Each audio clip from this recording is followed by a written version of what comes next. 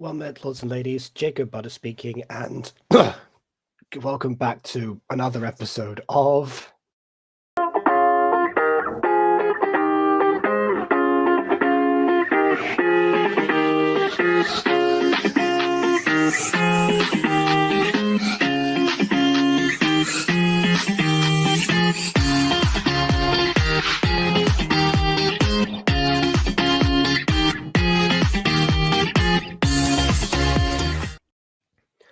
Oh, hold on. So, yeah, if you can't tell, I have not recovered yet. I still have Lemsip here.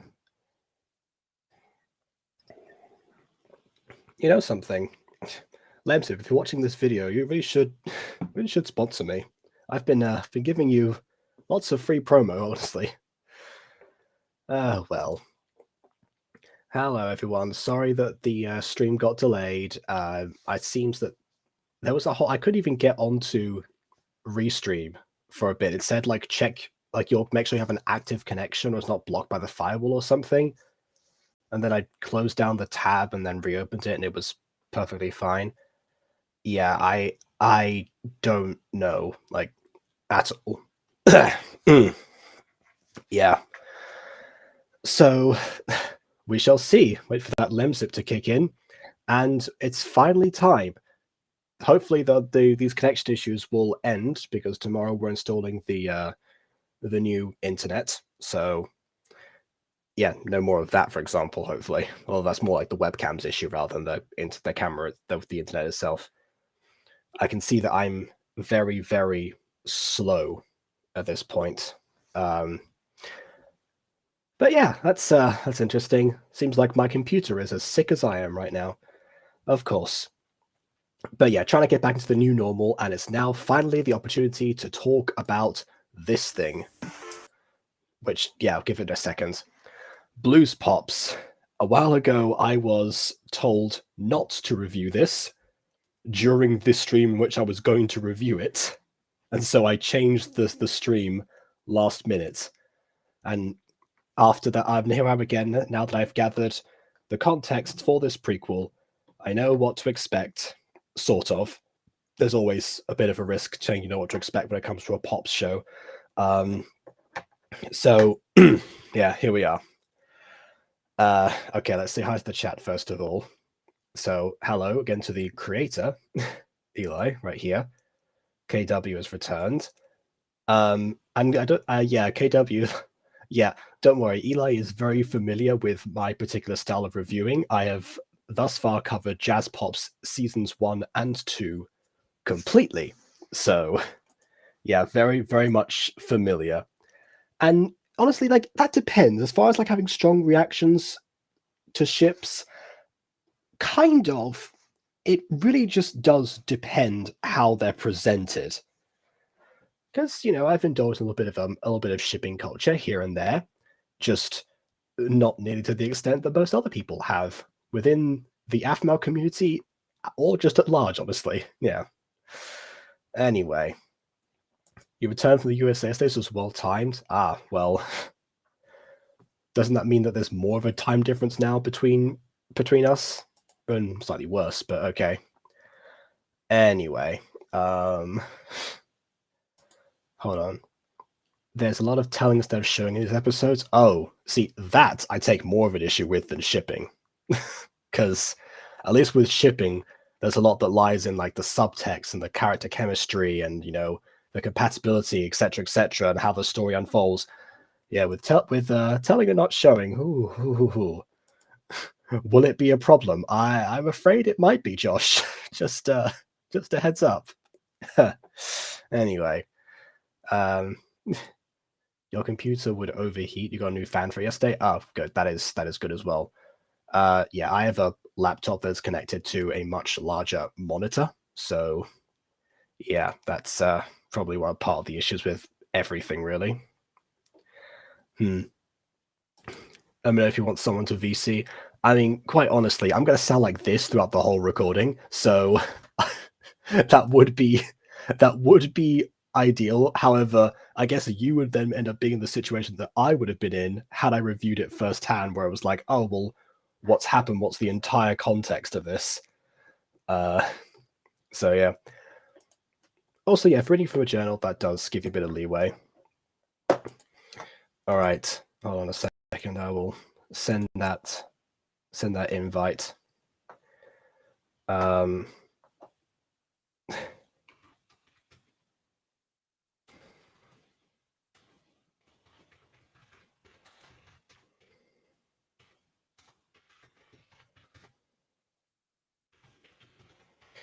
Sorry, someone just asked me how to pronounce something via text. I don't know what I was supposed to do with that, but okay.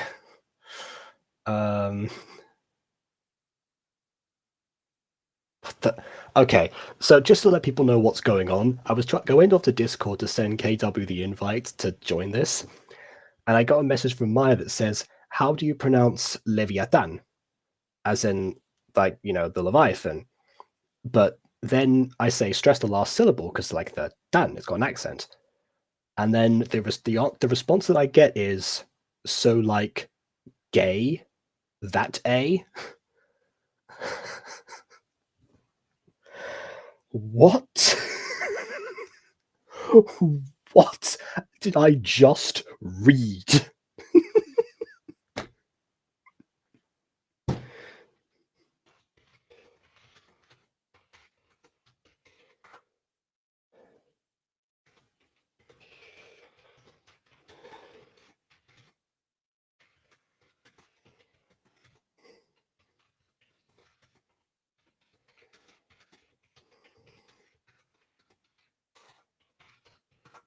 Okay, now that's dealt with. Let's see, where is KW on the list?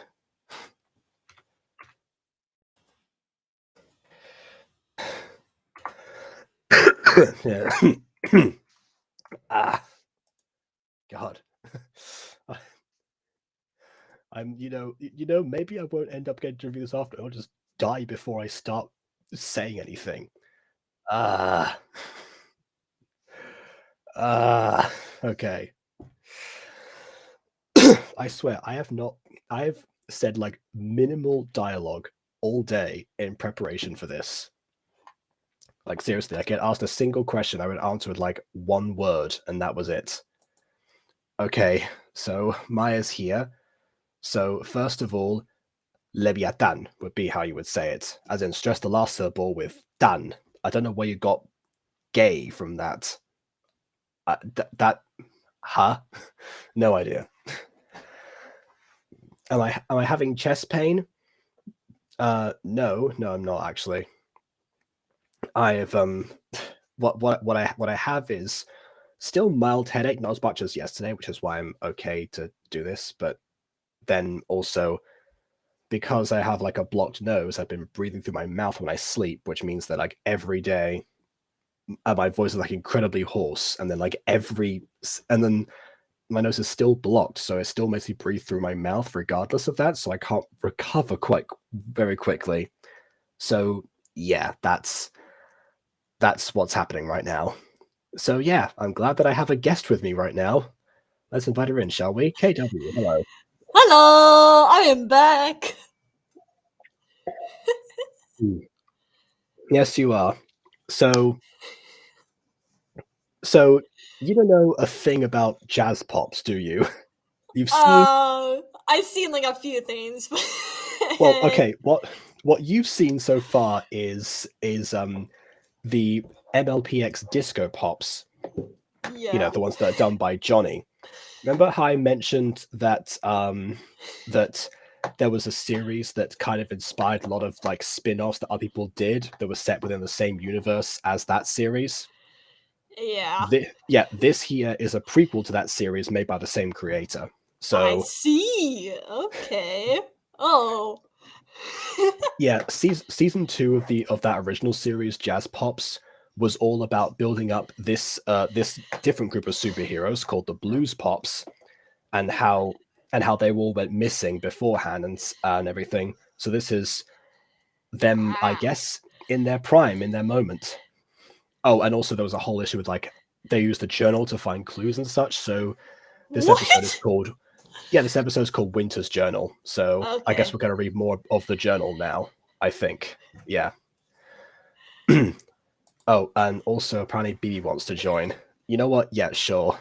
Why not? My Minecraft skin looks like Sasha. It's a dark female Link from Legend of Zelda, and I added like the blood and a bandage because I'm into that sort of thing. I really like dark stuff, so and Yeah. Actually, yeah. question: Are you familiar with Afmal, like My Street Minecraft Diaries kind of Afmal? That's I have a Discord friend that would talk about Afma a lot, so I heard a lot good. about You're only her. one of those. Yeah, and like talk about like what their favorite stories by FML and such, and yeah, so I do know FML a lot from them and everything. So, and when you're reacting to FML stuff, I'm like, okay, you know what? I'll just react to her stuff now since everyone likes FML's story plot. So Oh, so you're gonna start doing Afmal reactions? maybe I don't know. I've been watching the season 1 of My Street so far. It's really interesting and Wait, wait, hilarious. wait, wait, wait. So. So hold on. Don't watch in advance if you're going to do reactions. Like, Sure, I know that I I did that because, like, the whole thing is that I watched them like 5 years ago. That's the gimmick of this. But like in general, if you're gonna start off, if you have the opportunity to start off something new, do that. yeah. I mean, I may do like a reaction to my inner demons. Maybe I don't know about My Street since there's like what, like 5 seasons? No, wait, six. Right, five, Six six. seasons, yeah, 6 seasons and 3 prequel seasons. Oh God. Okay, Plus a good few to extras. know. Oh no. Hey, that's if you want content that's gonna last you for like 4 years, be my guest. Oh I'm God. not even kidding. Like I started 5 years later in 2020. Okay, good to know. Wow. Oh boy. All right, welcome, BB. Speaking of content that'll last you 4 years, hi, I'm back, baby. That is true. Inviting you to any gacha review makes it last for 4 years. That is the case. Yeah. That's right. You think YouTube has bested us at having that like length limit, which, by the way, the stupidest change they've ever made to this website. I know they've made a lot of those, so real controversial here. But my least favorite one ever, hate it. But nonetheless, thus I am here. And you know what? It can do nothing because live streams trump that rule. That actually could have been a good way to circumvent that. I didn't realize because actually, if I like when I tried to make that 20-hour video, You could like the have watch just hours, like put it on somewhere and then streamed the whole video. yeah, Restream actually does allow you to do that. So yes, I very much could have done that. Yo, you could have just beaten the system then. Interesting. You know Very what? interesting. I will bear that in mind for next time. Next time? There will be a next time. Wahahaha. BB, I have 1,500 videos. You really think I can't make a next time happen? Well, it's time to. Dang. I guess there's one way to finally get around to uploading those, because gods know you aren't going to do it otherwise. No, I mean like those are the ones that I have posted. I have of 1,500 videos on the channel currently. I mean all the videos you have lying around you haven't uploaded or done. Oh, I've been posting those like all this month, but yeah, there's still plenty more. But those hold on those a will second. probably No, be I done call as foul. separate. What do you mean? No, hold on. Okay, Pixelmon, Pixelmon, My Street. I know My Street isn't that old. Don't you pull that on me. Pixelmon, Pixelmon, Walking Wednesday. Wow, what a twist. Pixelmon, Pixelmon, Pixelmon, Pixelmon. I get it's Pixel Month, but I'm just saying. I don't know what you mean by all this month. I feel like you're being a bit deceptive here in terms of what you're reading out. That's not the Pixelmon is not the only part of the title. You'll notice some of For those. God's sake, fine. Okay, my first Pixelmon, episode 28, to catch a war turtle. Pixelmon Ruby, episode 6, a halt on hermit hunting Pokey Central server. That one is new. Keep going. It is, yes. My first Pixelmon, episode 27, Sil Weedle. RR, I retro reconstruction. Pixelmon Ruby, episode 5, horrible hermit Also new. hunting. Wait, I just why did you abandon the title format for episode 5? I think I just wasn't around to update that at the time. Might have been when I was away. Okay, fair enough.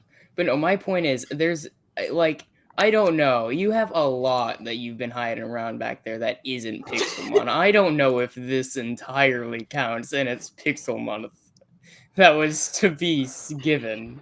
Okay, so again, to provide full context for anyone who's just watching this video in isolation and doesn't know anything about the channel, my first Pixelmon, I've been posting that this month every other day up until this point, and there's some that were there before, but I resumed that. I didn't want to bore people with just old cringe from 2014, so I decided, okay, well let's keep in between those times. Let's put the new videos out so that I'm actually producing new content for Pixel Month at the same time. And that's the format for this year. So yeah, every other day up until now has been old videos that I'm editing for the first time and Yeah, but posting. whenever I say old, I don't mean like ancient. I mean the stuff we did like a year or two ago. Okay. Right. I don't mean like 6-year-old Jacob. Okay, well, in that case, I'll probably post those as they were intended to be posted originally, but I'll make compilations out of the ones that people haven't seen that have been around for a while. Yeah, all right. Yeah, it's exactly, my first Pixel one is too old to be considered old, apparently. No, it's didn't know that old. was a It's thing. just not. I just don't mean necessarily when the dinosaurs were around. I mean more so in the Middle Ages. I tried playing Pixelmon, and as much as it's good, I just did not understand it. I'm like, okay, I get it's Minecraft and Pokemon combined, but what? It depends when you started playing it, because actually I've noticed recently that in single player they've added quests now, so there is a structure of things to do rather than just running around for ages and trying to improvise a series like I did twice because out of desperation. You also have to keep nostalgia in mind. A lot of people grew up at the time where Pixelmon was a very popular thing for Minecraft YouTube. So I did, yep. I in know fact, that. it was a very big deal when Nintendo tried shutting down all the Pixelmon mods, and clearly unsuccessfully. Yeah, that was like a Hydra situation. They shut down the main Pixelmon one, and then 2 more appeared right afterwards. It's true. There's so many now because of that. Pixelmon just has not Pixelmon. Nintendo just has a weird thing with mods. I don't think anyone likes it. Then they've been getting weird with copyright strikes lately. They've been strange. Yeah. Also, more June content. June themed content. I'm guessing by that what you mean is Pride Month themed content. Right, I was about to say, I what's also do Pride Month themed content. I mean, if you want more, I guess I can do more than one Pride Month gacha stream this time. Dude, Jacob can say that. He's going to bring in just anyone from the Butter Bunch and call it Pride Month content, though. What? But no. But you could, though.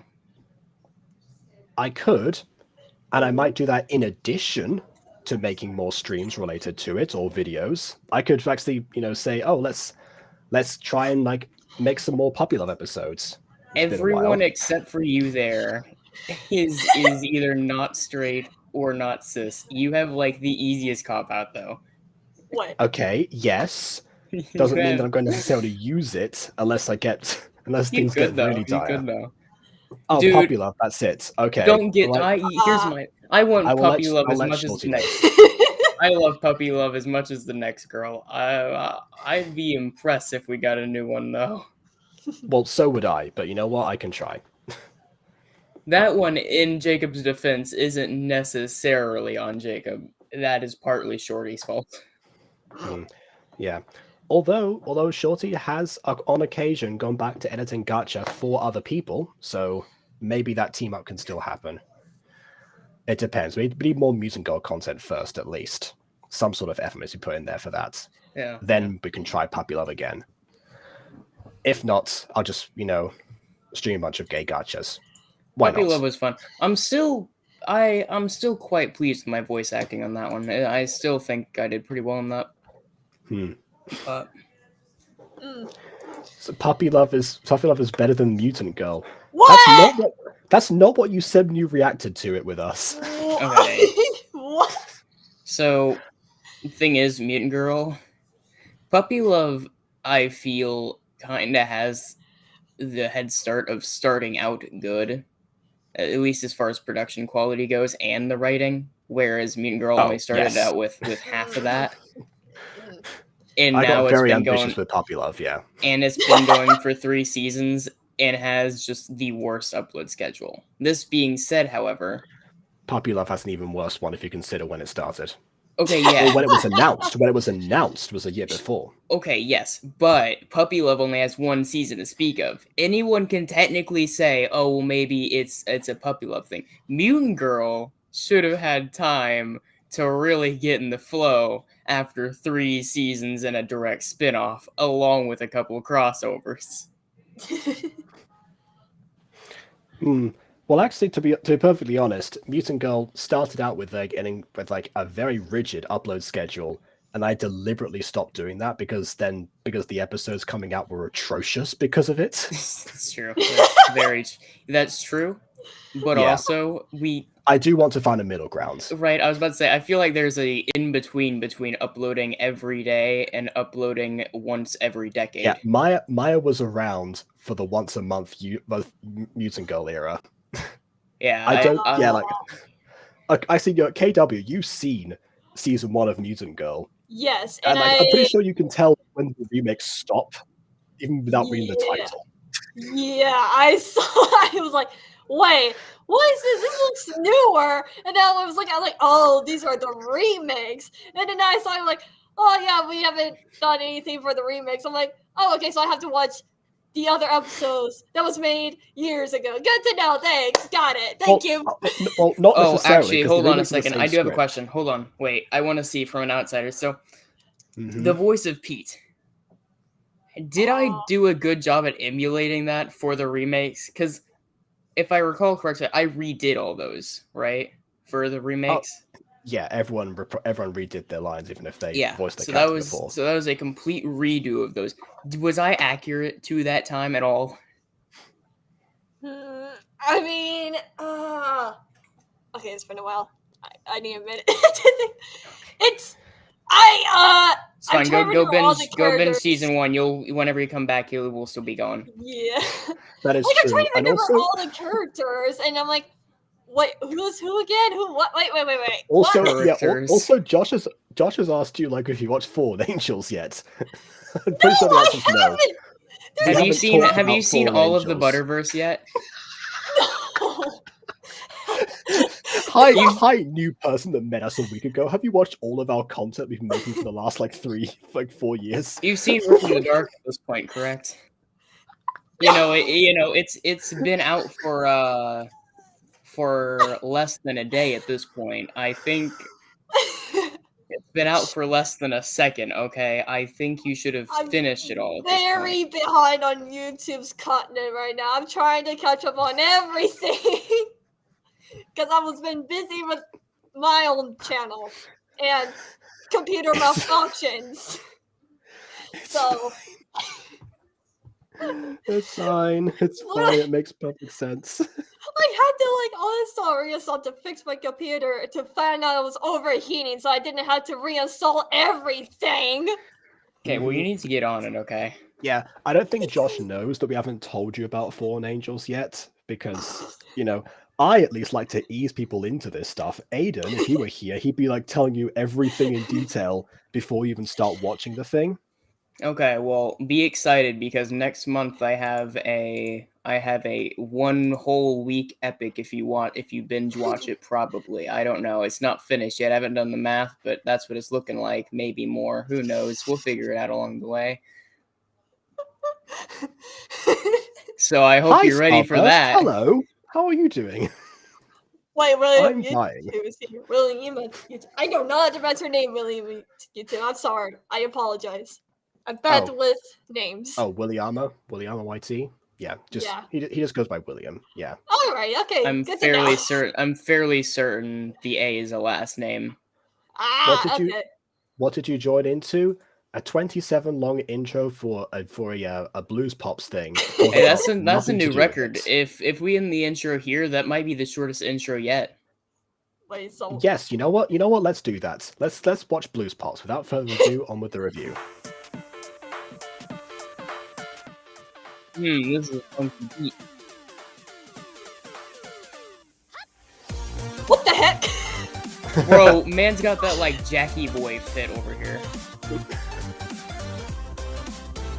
Oh, that left hair is atrocious. Winter pop, not good hair. I think the frostbite burnt away all of it. Hold on. Magic Pop? Wait, What? isn't that all of them?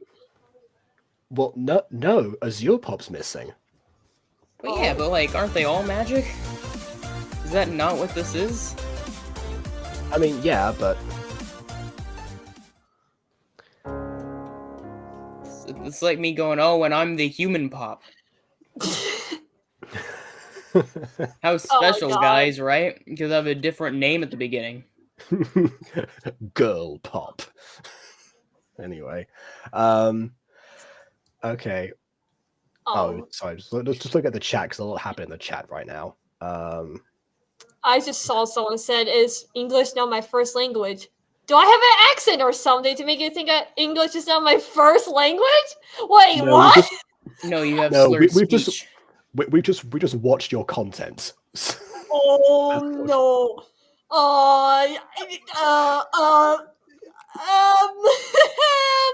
Yeah, we watched your content from back whenever you're implicitly like a 7-year-old. Check out my previous stream to watch that Ponies episode. Yeah, I mean, judging by the voice, you had to have been like a toddler, but my microphone makes me sound like a kid, honestly. I do not know why. I mean, fair enough, but also, BB, bear in mind, Shorty exists. Like, you can't really tell sometimes. yeah, but Shorty doesn't have slurred speech. Usually. I suppose. I take that back. Usually. Actually, yeah, that's fair. Unless you ask them to say R's on occasion. Okay, if they consciously have to say R's, that's usually when they mess up. I just have bad grammar and spelling all in general, so I apologize can for the way it's fake. We can You know what? tell Maybe because you you should just said meet all Aiden. in general. Maybe you should meet Aiden, actually. Okay. Oh, no. Right, so to clarify my confusion, Magic Pop is the actual Blues Pop. Azure wasn't ever in there. Okay, so people don't remember, season 2 of Jazz Pops ended with the reveal that Azure Pop was actually a traitor and was not, and I guess was what I thought was just, a Blues Pop that has become evil. But no, apparently the whole point of season 2, which was the finding of all of the Blues Pops, we didn't find all the Blues Pops. I guess there's another one that just shows up here. I'm glad I watched 2 seasons of content to get to the same point of confusion I would have been otherwise. Oh, Nor's back. Hello. No, It's been but a while. the connected universe will make sense. Don't worry. The connected universe includes Johnny's stuff. Are you sure about that? It'll make sense. Don't worry. Just wait a little bit until they start making episodes again. All right. How am I supposed to sort through it all? Magic? They find the last one in season 3. What? After I don't know how time. I'm just imagining that season 2's finale just ends with like that whole reveal, and then suddenly like season 3, I can imagine, hello there, Pops. I found the other Blues Pop. It's like, oh, didn't we go for a whole quest with that? No, I just did it because I'm Majesty and I'm awesome. I'll say Actually, never mind. I can't say that because that'll be a spoiler. But never mind. All right, yeah, you'll find out who Majesty is. Yeah. No, I mean, I was about to mention something about my method for an upcoming thing, but okay, all right, yeah. This isn't going to sort itself. It might if you use magic on it. Sorcerer's Apprentice. Oh, look at you. Dun, dun, dun, dun, dun, dun, dun, dun, dun, dun, dun, dun. I should probably get started. Later. At least it's not 2 years. All right, last box. I think I use these exact same boxes for Through Her Eyes. Oh Also, yeah, confusion can be good. Depends. it depends. Like if There's people watching. You've been listening to me a lot. I do appreciate that. You can, okay, to be fair, I will say confusion, whether it's good or not, also depends on if it's intentional, right? yes, Like for instance, there's like the Joker movie, right?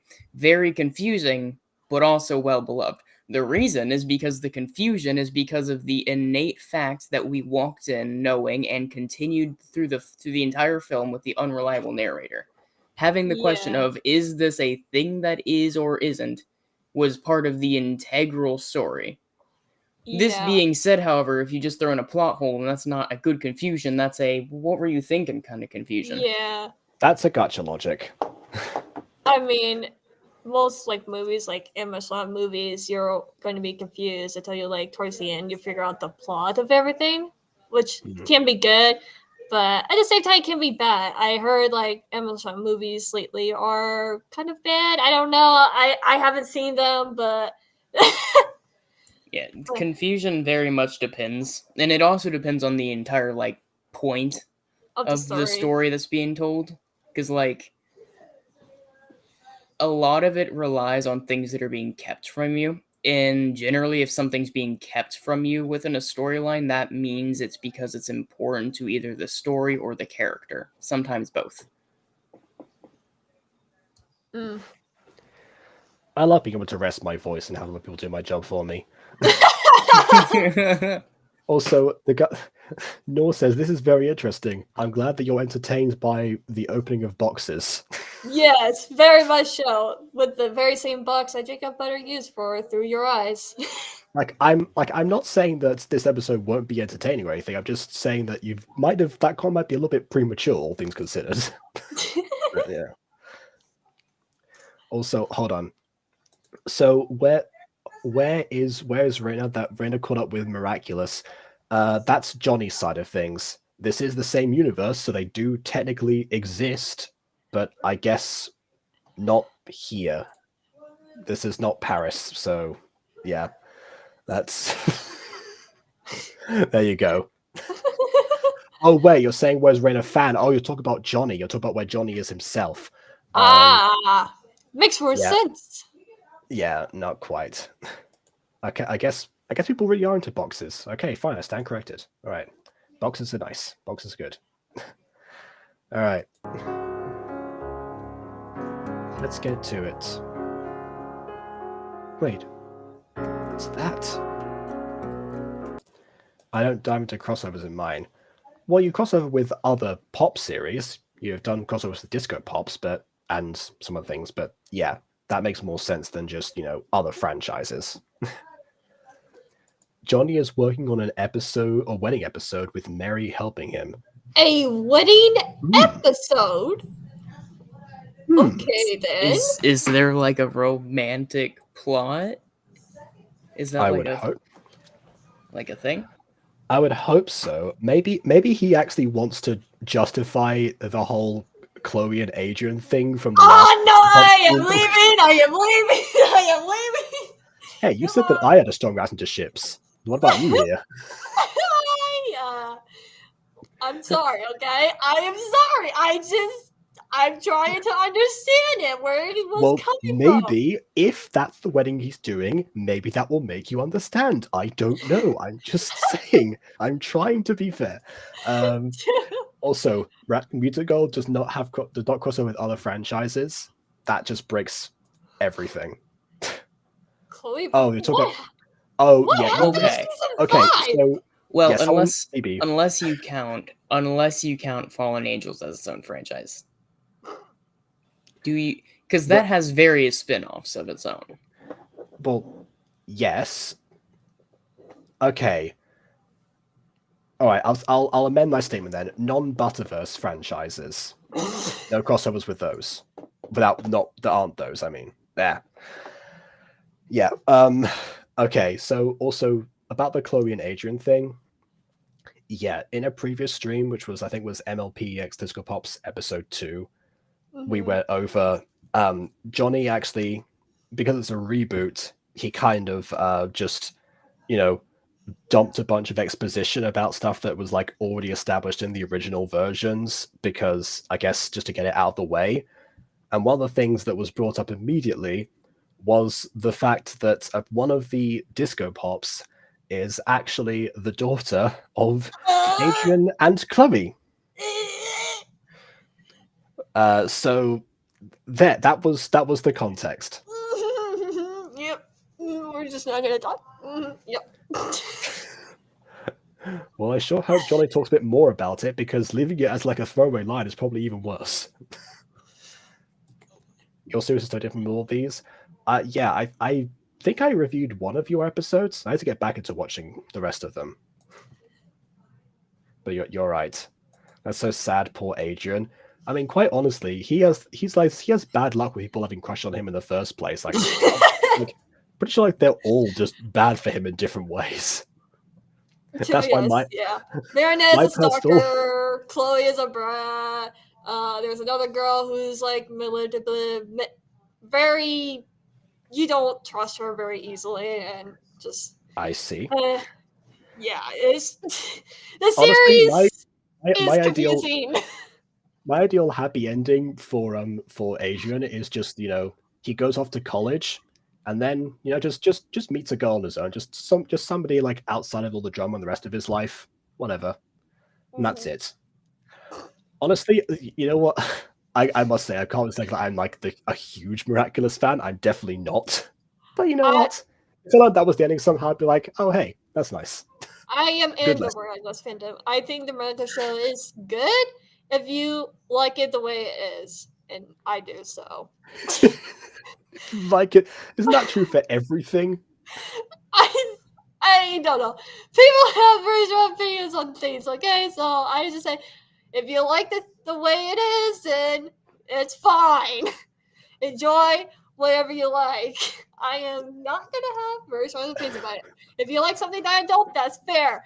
But the shipping, however, just don't talk to me about ships, okay? And we'll be nice. We'll be friendly. Yeah.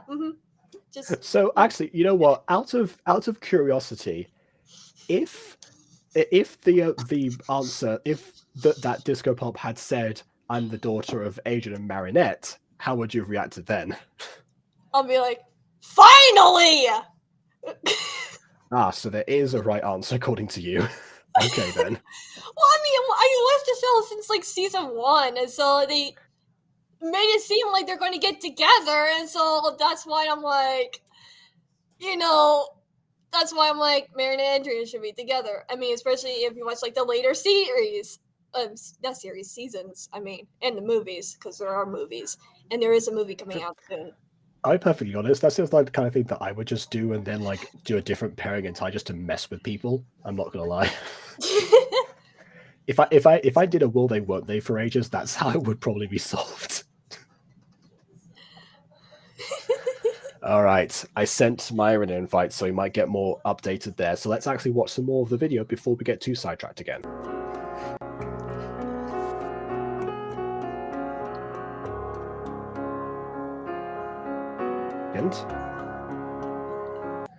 It's leftover potion from Arugula when we were searching for the blues pops.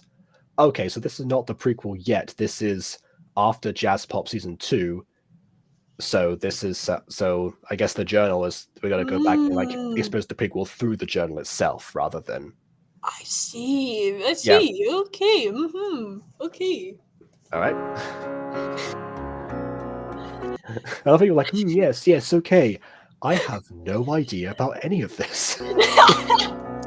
This is how I feel with FNAF. This is how I feel every time someone wants me to watch a FNAF video or a ponies video. Hey, I told you don't need to know anything about ponies with my show because it's cringe. It's literally cringe. We talk about this. Yeah. What do you mean? Right. FNAF makes sense. I definitely don't have a 22-page unfinished timeline lying around. I don't have a Fight as a Freddy book right by me to read. I haven't read yet. Yeah. No, I have I do have a timeline that isn't quite finished yet. Still waiting for the Security Breach DLC, but it is currently 22 pages. Technically, nothing that you would like to do there will be finished as long as they keep releasing new material. So you can say that I for any mean, point in time. It is, but I haven't included any of the Pizzaplex books on it. Like, it's pretty behind. I see. The only reason I didn't include them is because we don't know which ending of Security Breach is actually canon or not. Yes, okay. That's very much true with FNAF lore. We just don't know anything. We're just guessing at this point. That's the thing. I am keeping only the explicitly said things for the most part, which also leads to some opinions of mine that I don't think a lot of people will enjoy. Oh, there's going to be some controversy, like the MatPat's latest theory of FNAF. I see. Latest theory? It's true. Pretty much all of his theories are pretty controversial. Even his first theory is controversial because it brought in like a bunch of real life murders at Chuck E. Cheese. Oh my god, I remember watching that theory, and that was when I was really terrified of Finance of Phrase because I thought that was true, and then it's like, no, it's not true, and I'm like, what? Also, William, it might be the canon ending. No one knows though. There is nothing explicitly saying that. Not a single thing. No, I think people are theorizing that just because it's the only animation that's not like comic book style. Sure. I mean, that could be the case, but judging by the way the game came out, I fully believe Security Breach just ran out of budget at some point. I don't think that's well enough proof. Yeah. I'm just waiting for the DLC, to be honest. Very much same. Where's the DLC? Give me the DLC. Agreement, waiting for the DLC. Okay, good. Also confirmed that she reads the journal, all that's in the past, so I guess that's the structure for the show. Alright, good to know. Which also implies that Magic Pop is going to be mentioned somewhere in the journal, and they just don't acknowledge, like, oh wait, we probably should have read the names of the people in the journal when we were trying to search for them in the past, but anyway. We should have used it all in my journal in the first place. What? Is that a plot hole?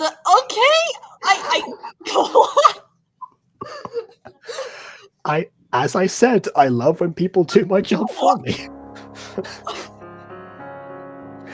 Then we wouldn't have been betrayed at all.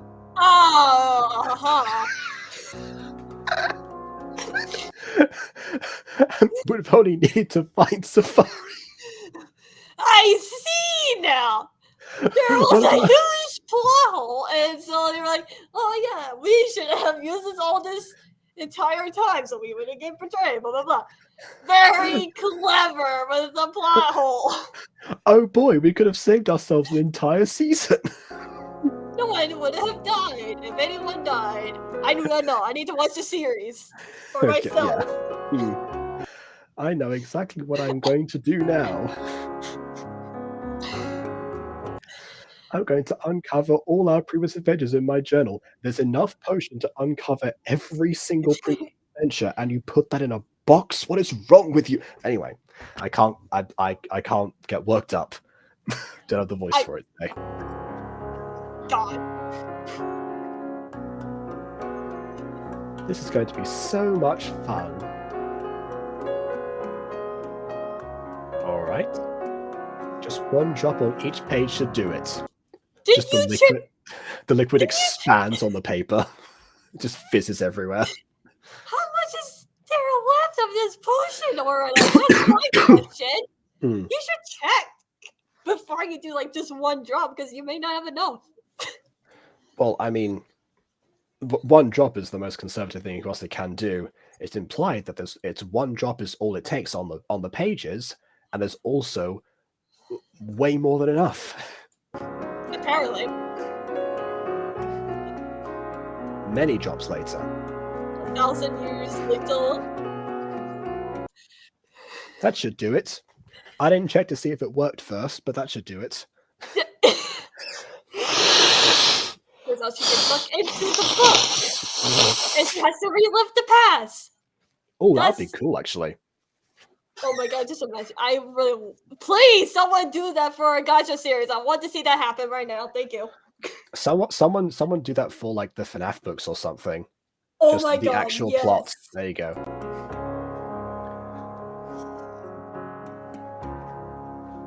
Now I can finally see what we did before we were separated. It took me a second to think of a response to that one. All I can say is that I very much want it, and so does this entire fandom. Let it be. There you go. It's confirmed. BB wants a gacha to happen. I want a proper explanation to happen. I think we all do. An explanation for everything. By the way, nice zoom in. Dear Diary, this is me, Winter Pop. Bad hair. I'm sorry, that's... I am a member of the newest pop group, the Blues Pops.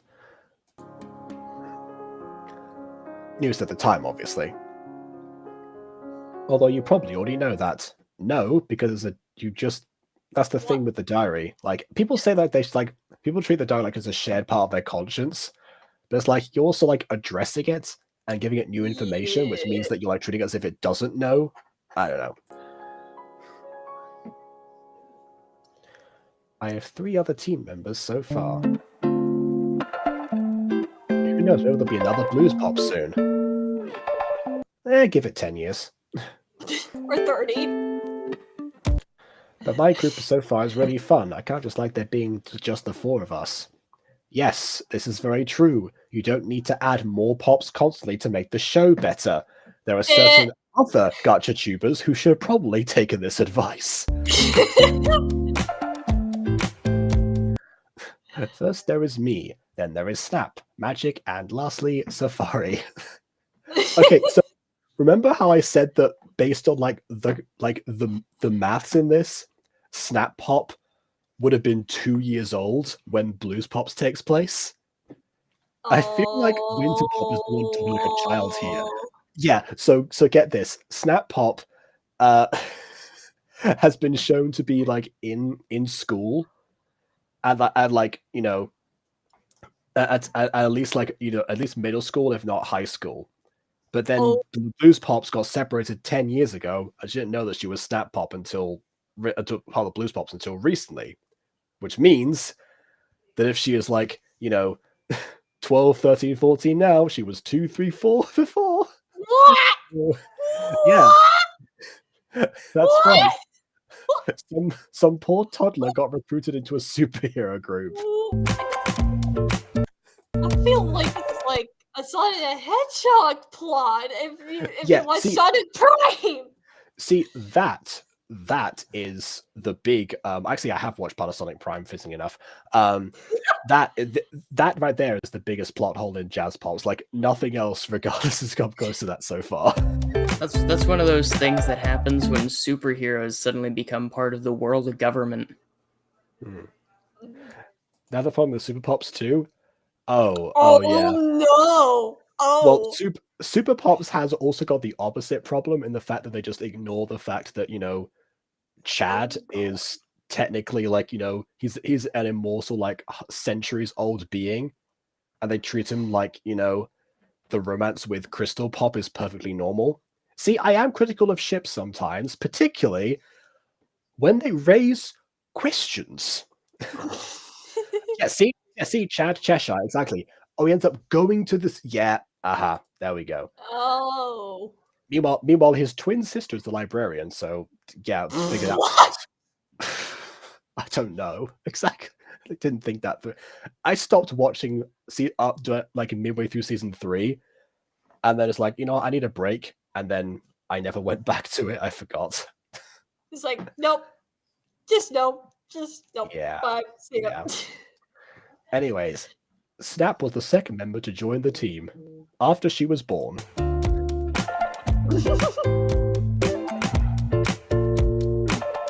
It was just her and I for a little while.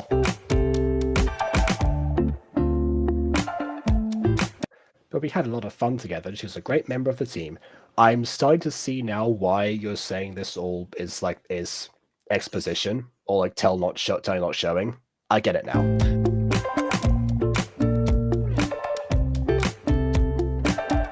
She has water powers and can levitate things, which is pretty cool. I don't think we've seen her do that in the show up to this point, but good to know.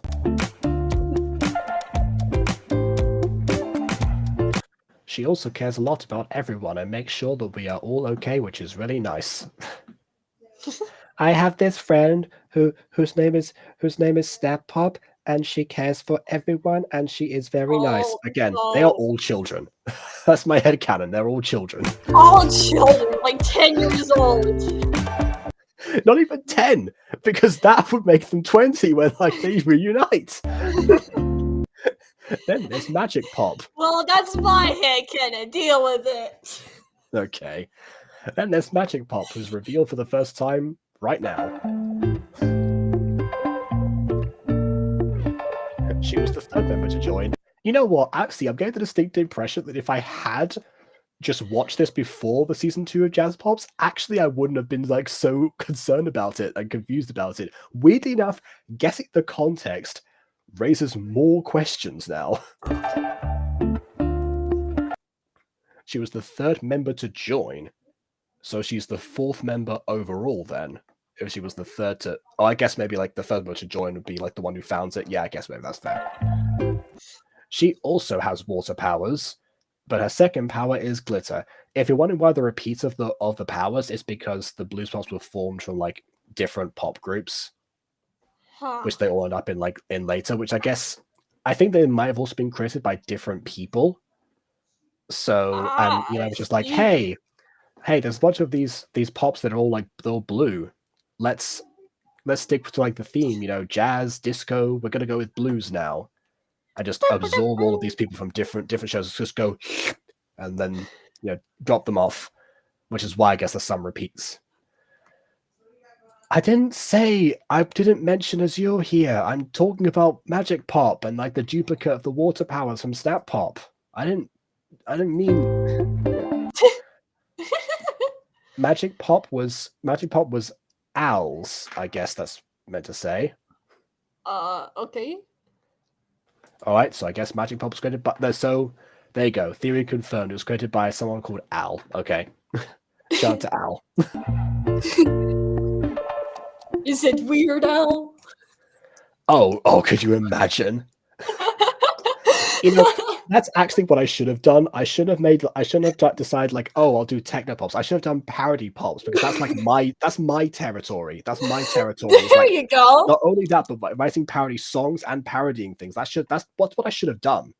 I wrote myself to call it techno pops. I could, I might just give that one to Ghosty. She wants to steal it from me because I don't do anything with the idea. Why not, honestly? Magic Pop is Maddie. So not only made by Maddie, but also is Maddie. Okay. All right, then.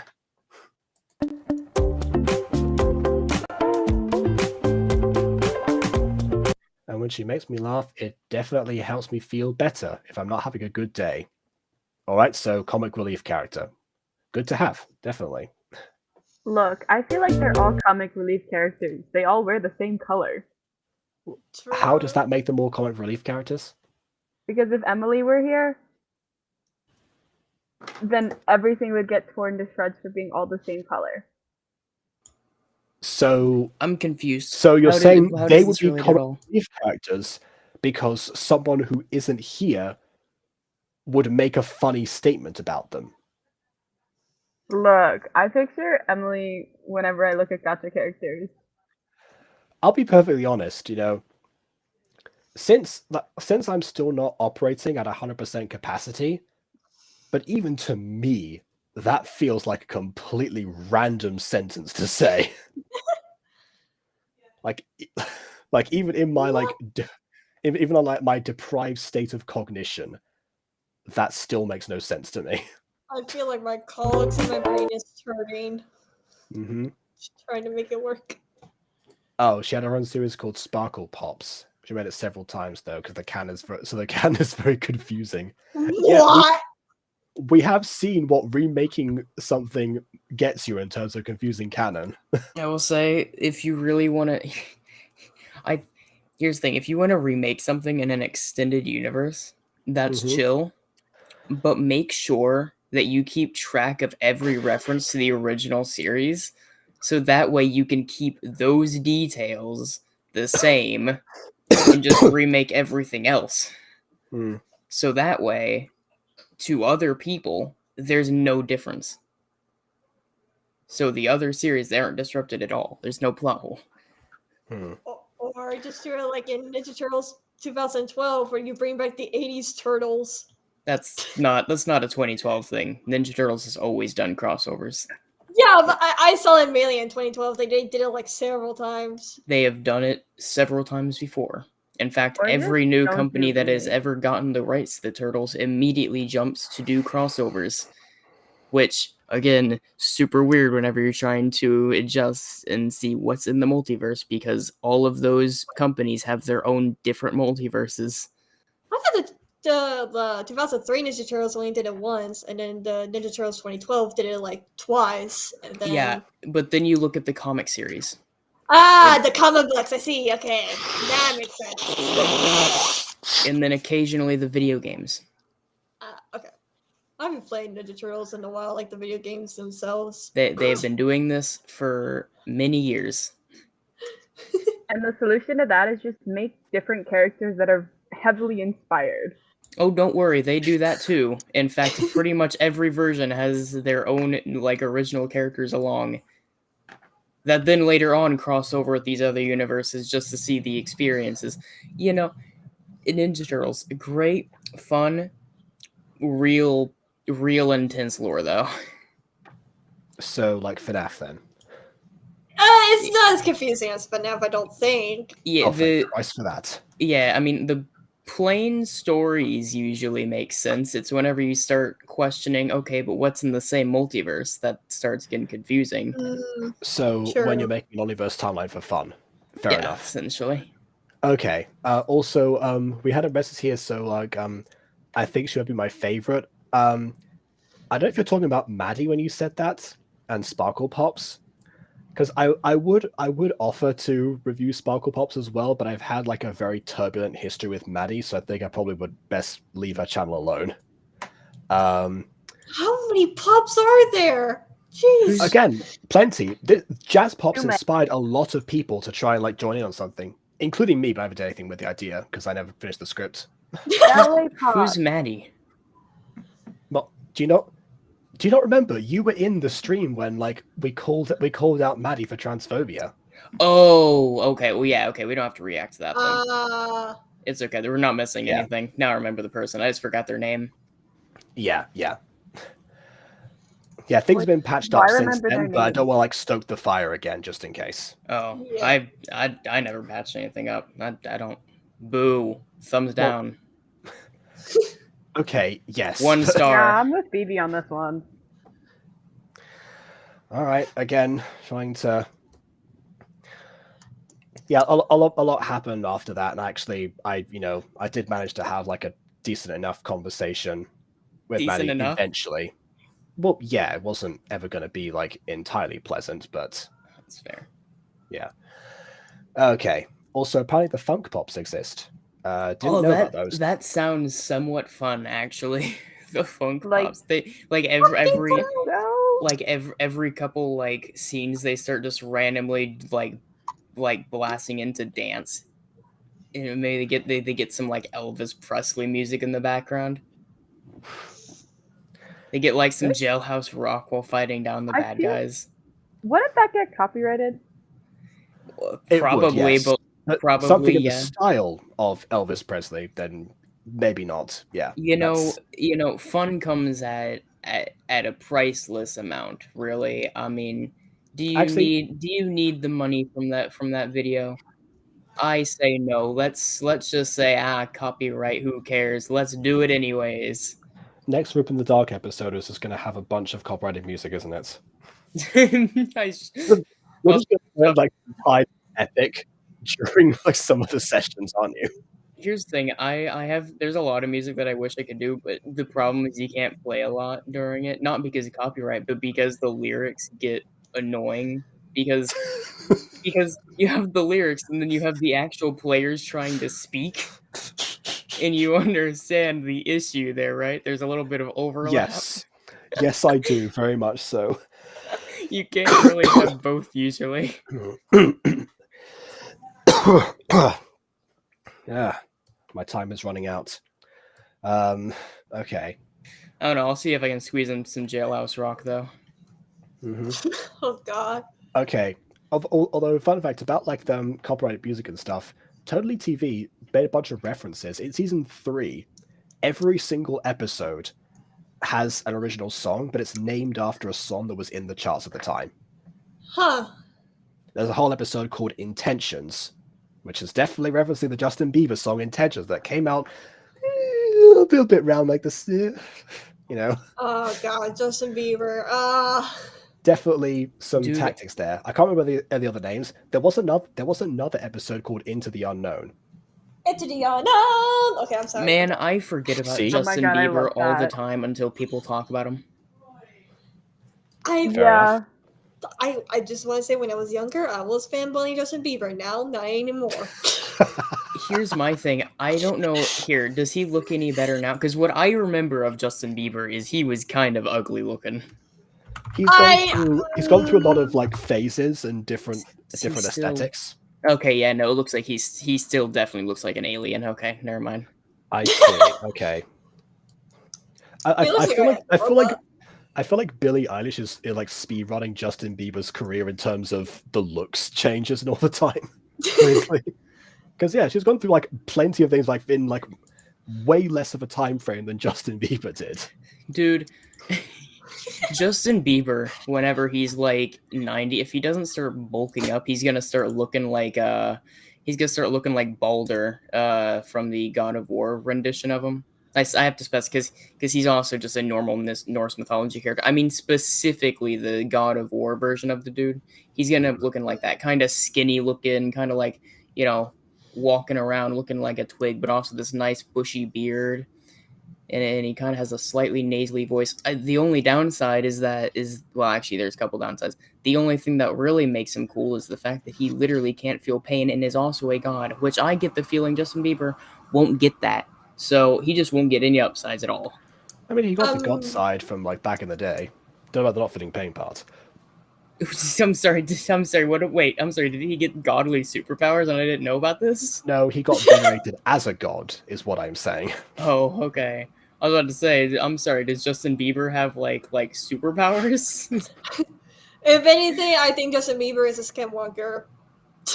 I don't know. As far as I'm concerned, you have to have superpowers to be loved with as many people as that. And I'm looking at his images right now, and I gotta say, he is a freaky looking dude. When I was younger, I was fanboying him when he does the baby, baby, baby. It was that phase. It was that phase Yes! of Justin Bieber. You know, Okay, but that was like that song He was has- like all the rage at the time.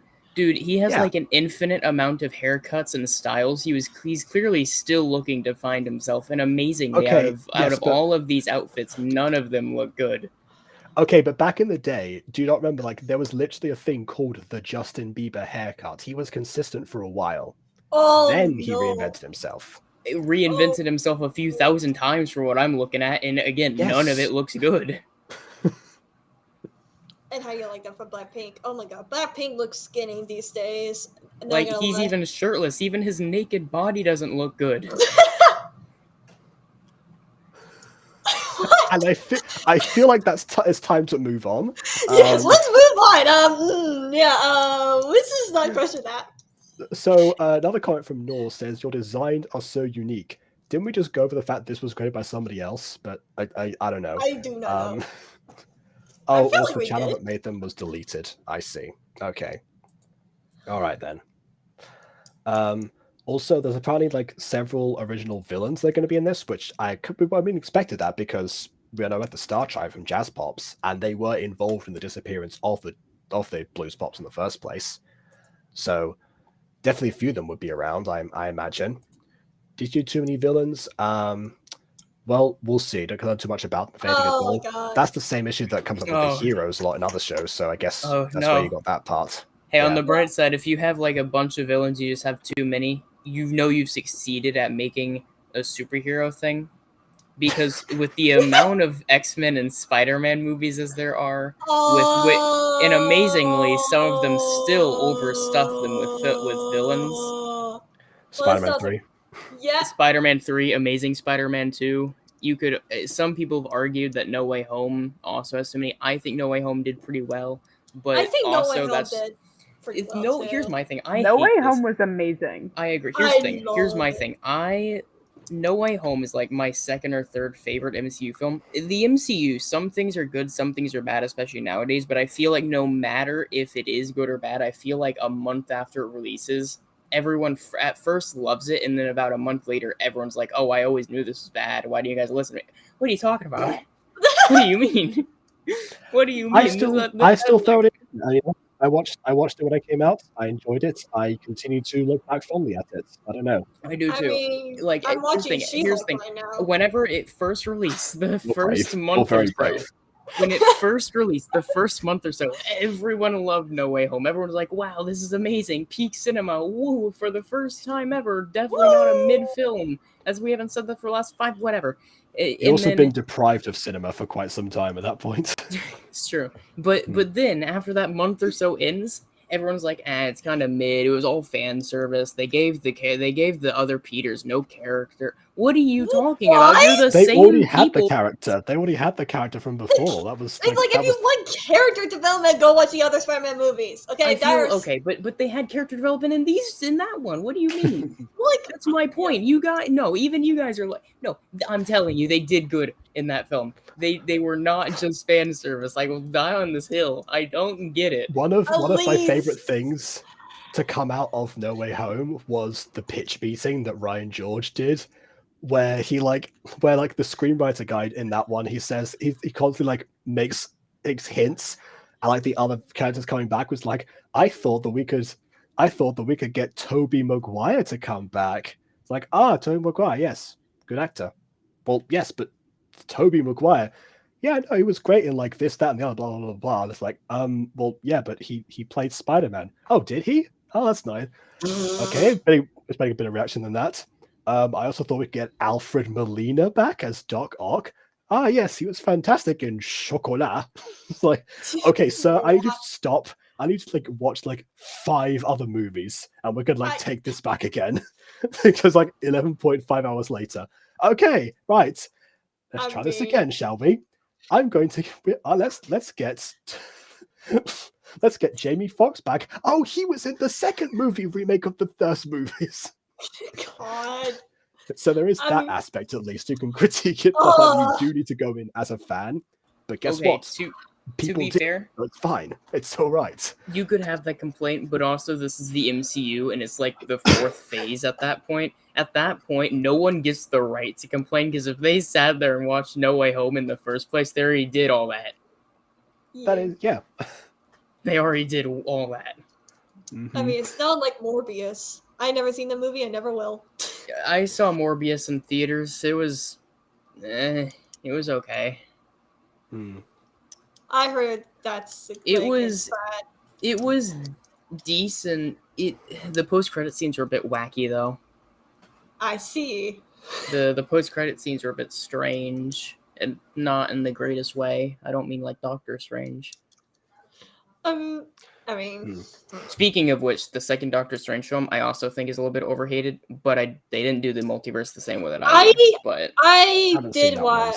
I watched the Multiverse of Madness, and I quite enjoyed it, but kind of was surprised that Elizabeth Olsen was upset about that movie, because I guess she didn't know her character was what? She was like saying, "Oh, I wish Wanda wasn't a bad guy." I'm like, "Have you not read the comics?"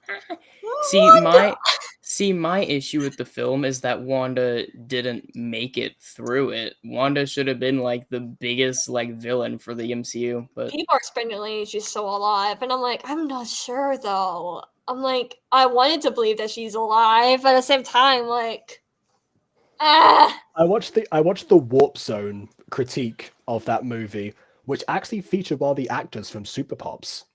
Really? Okay. Yeah, featured Electropop as Wanda.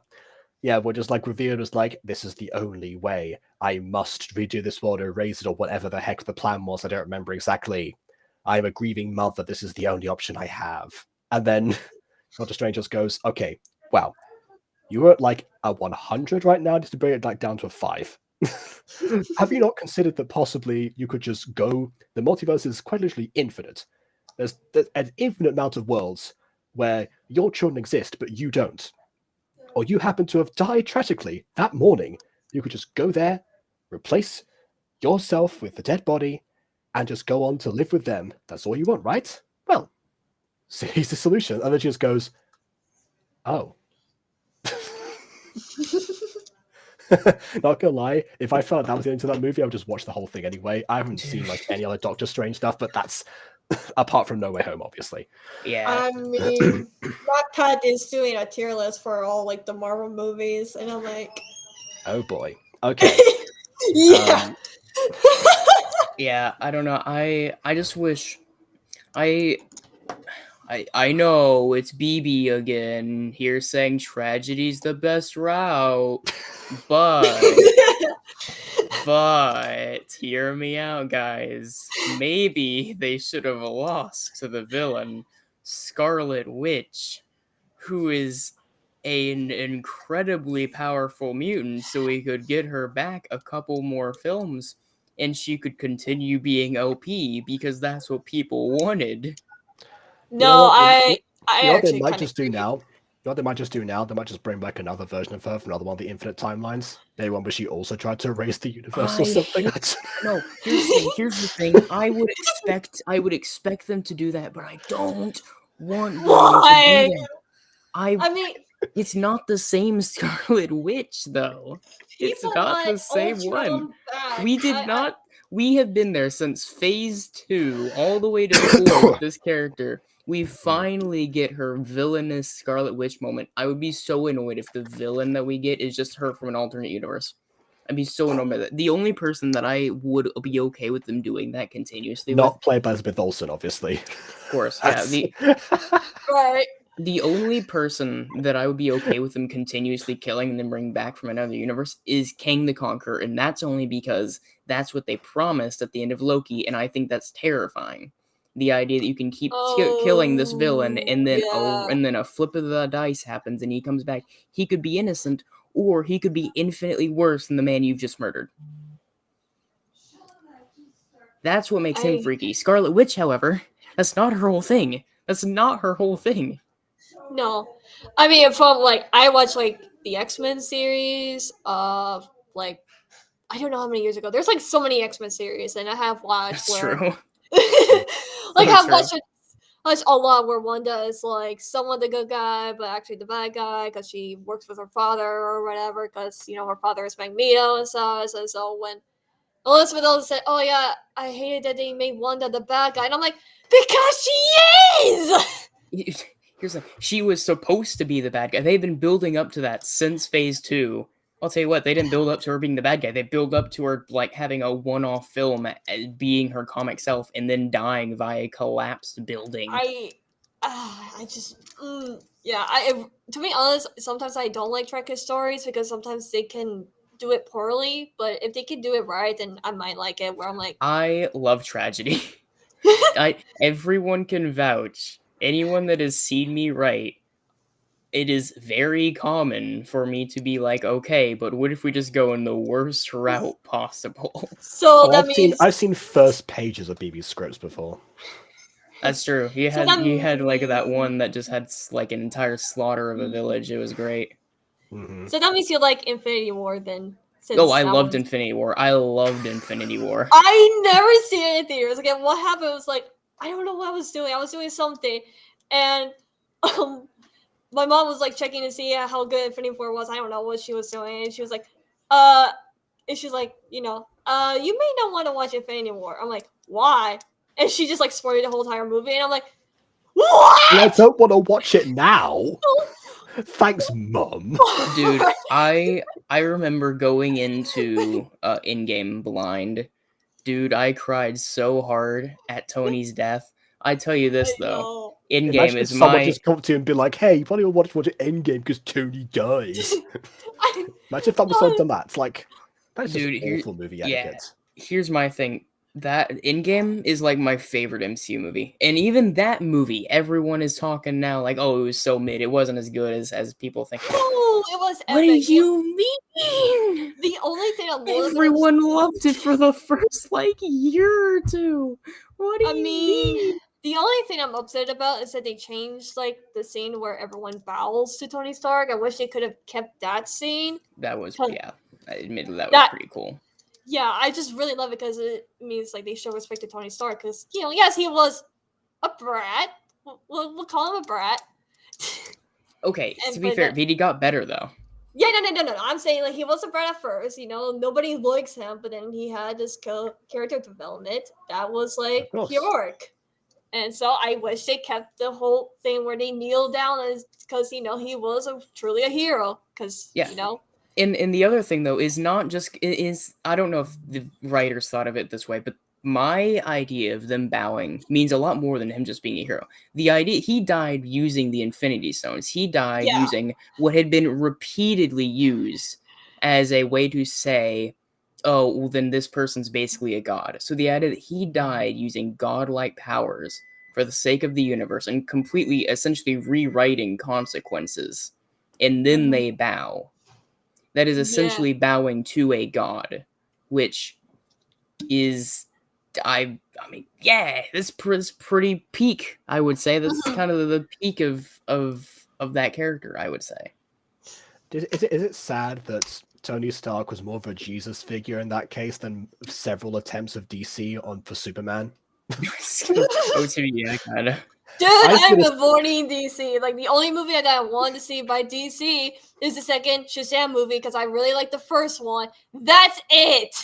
I've So avoided the DC movies. I've watched a single DC movie, really liked it, and want to see the sequel, but no DC for me, thank you. yeah, so here's my opinion. So I have a 100% complete record of enjoyment, but no, none of the I mean, rest, I may please. want to Yeah, see Blue so- Beetle, but so that- Jacob has heard me speak about this one. But Mhm.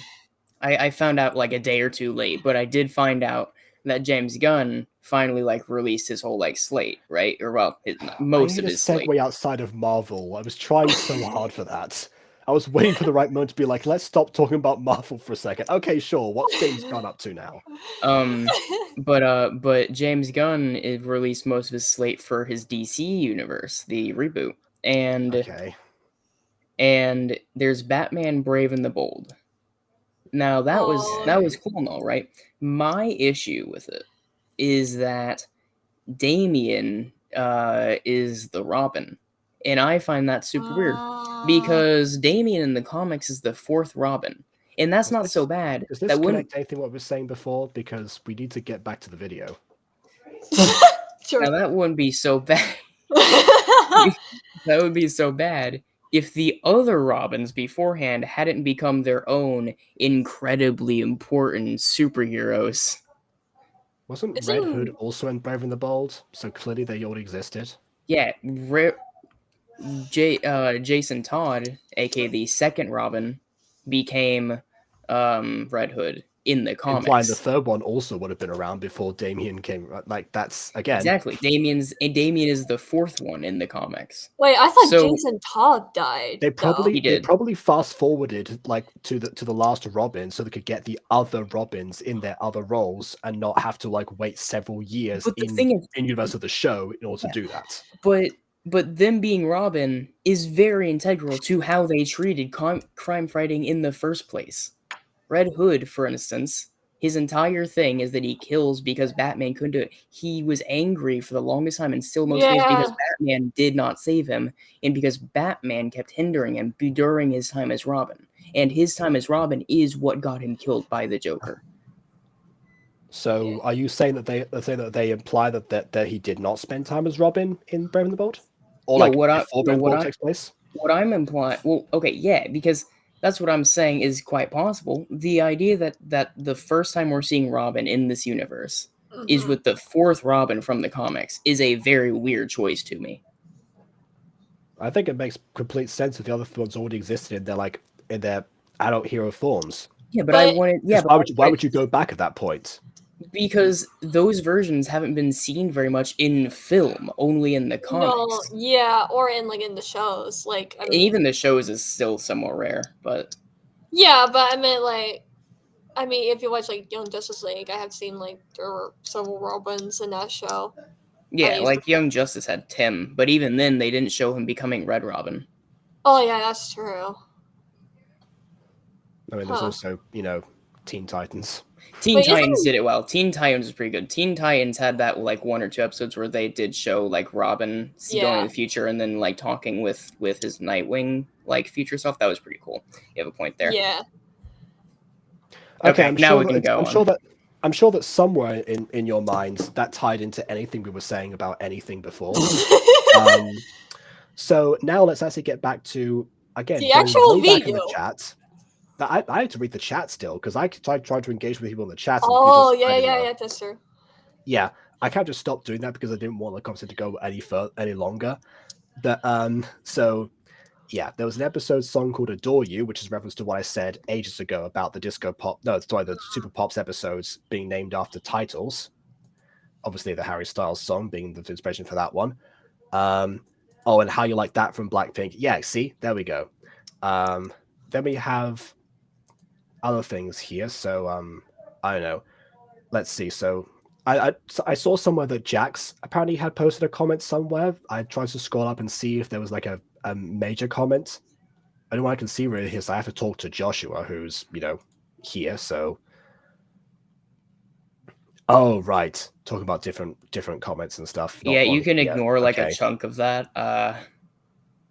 Yeah, I'm just okay.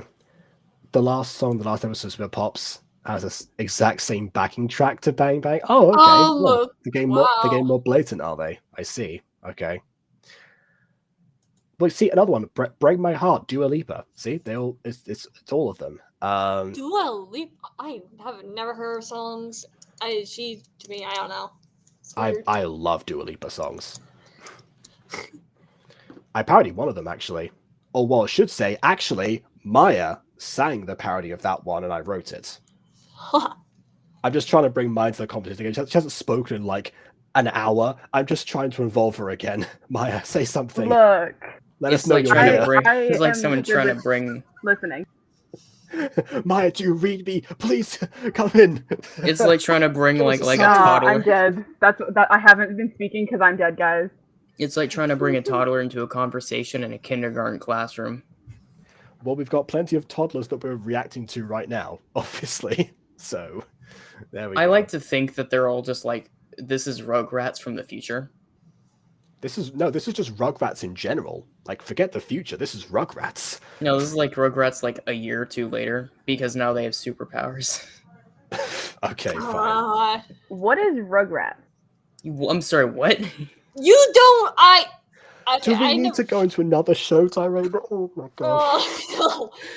It's a popular show featuring a bunch of babies. There, that's it. That's it.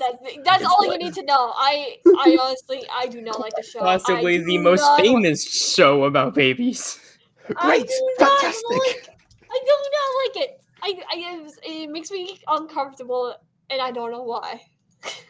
Probably the art style, honestly, that kind of freaked me out as a kid. But yeah, I mean, it is literally older than Jacob.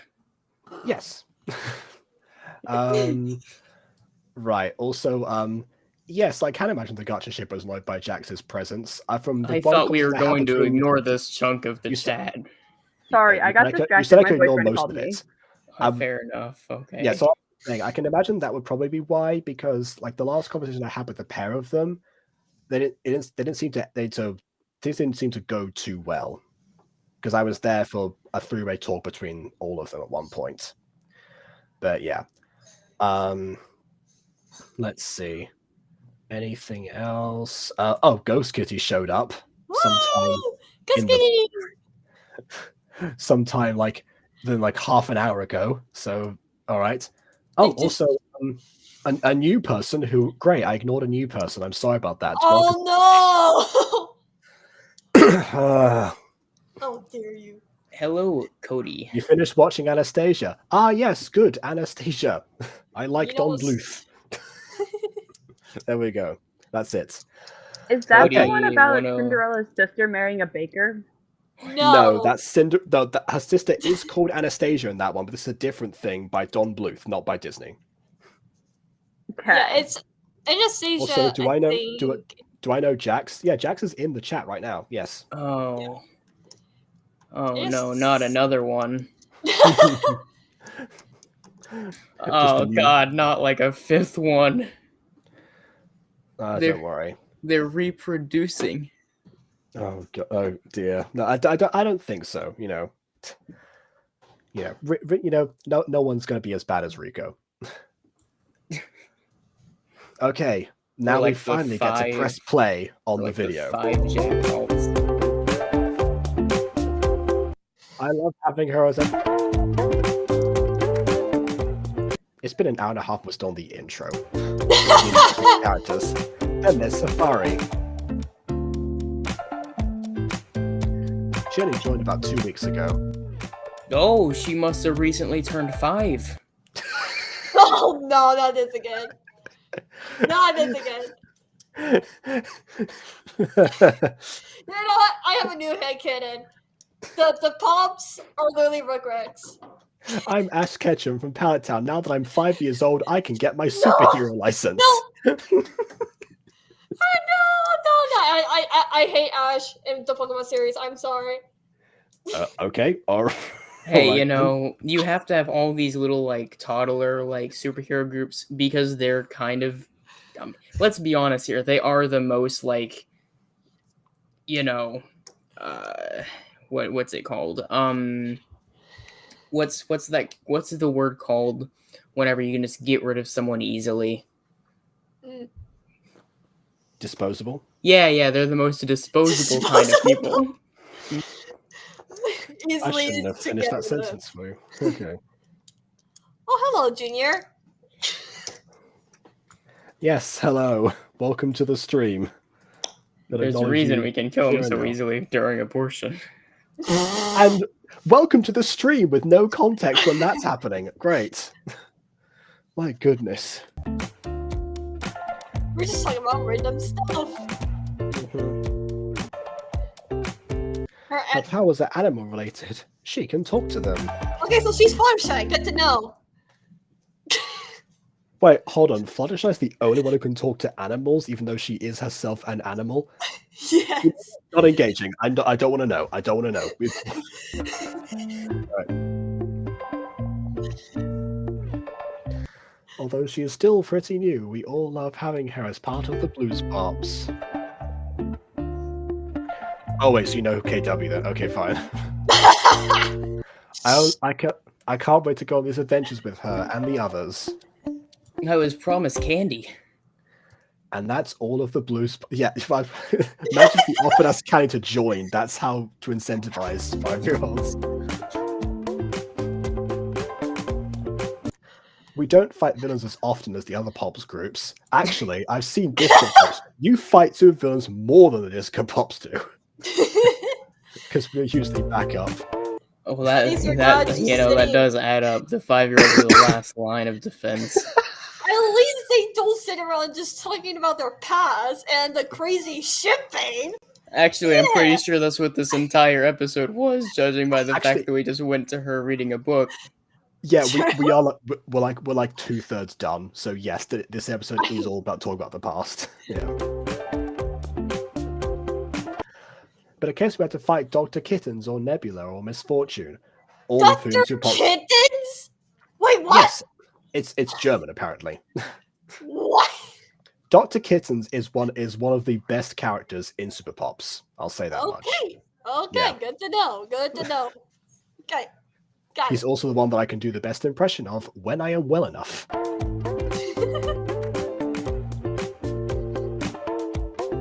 We always won in the end, though. They're so bad that even literal toddlers can defeat them. Jeez. And that's how they became kitten haters.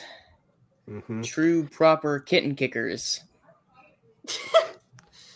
Kitten kicking kindergartners. Let's try saying that 5 times fast. Professionals at their art.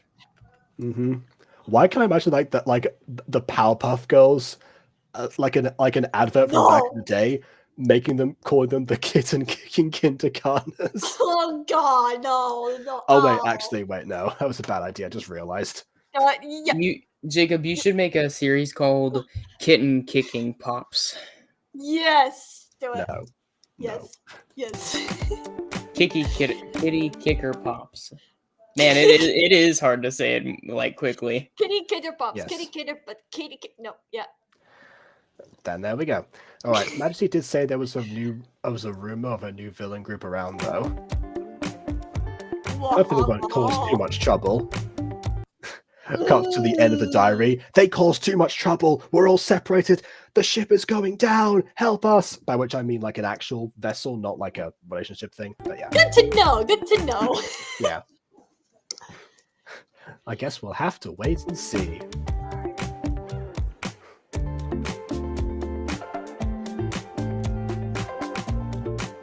Anyway, I have other things to do now. Lots of love, Winter Pop from the past.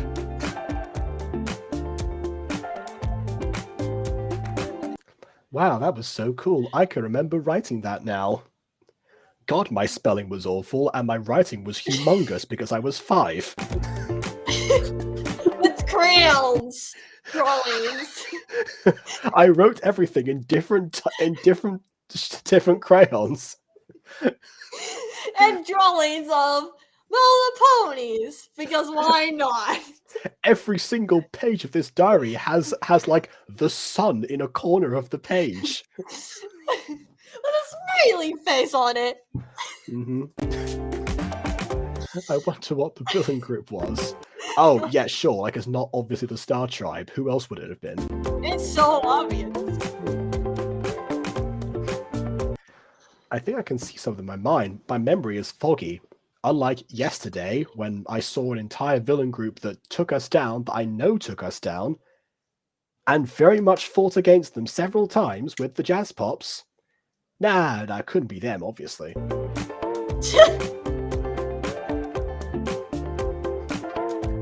I guess if I keep reading, then I'll find out.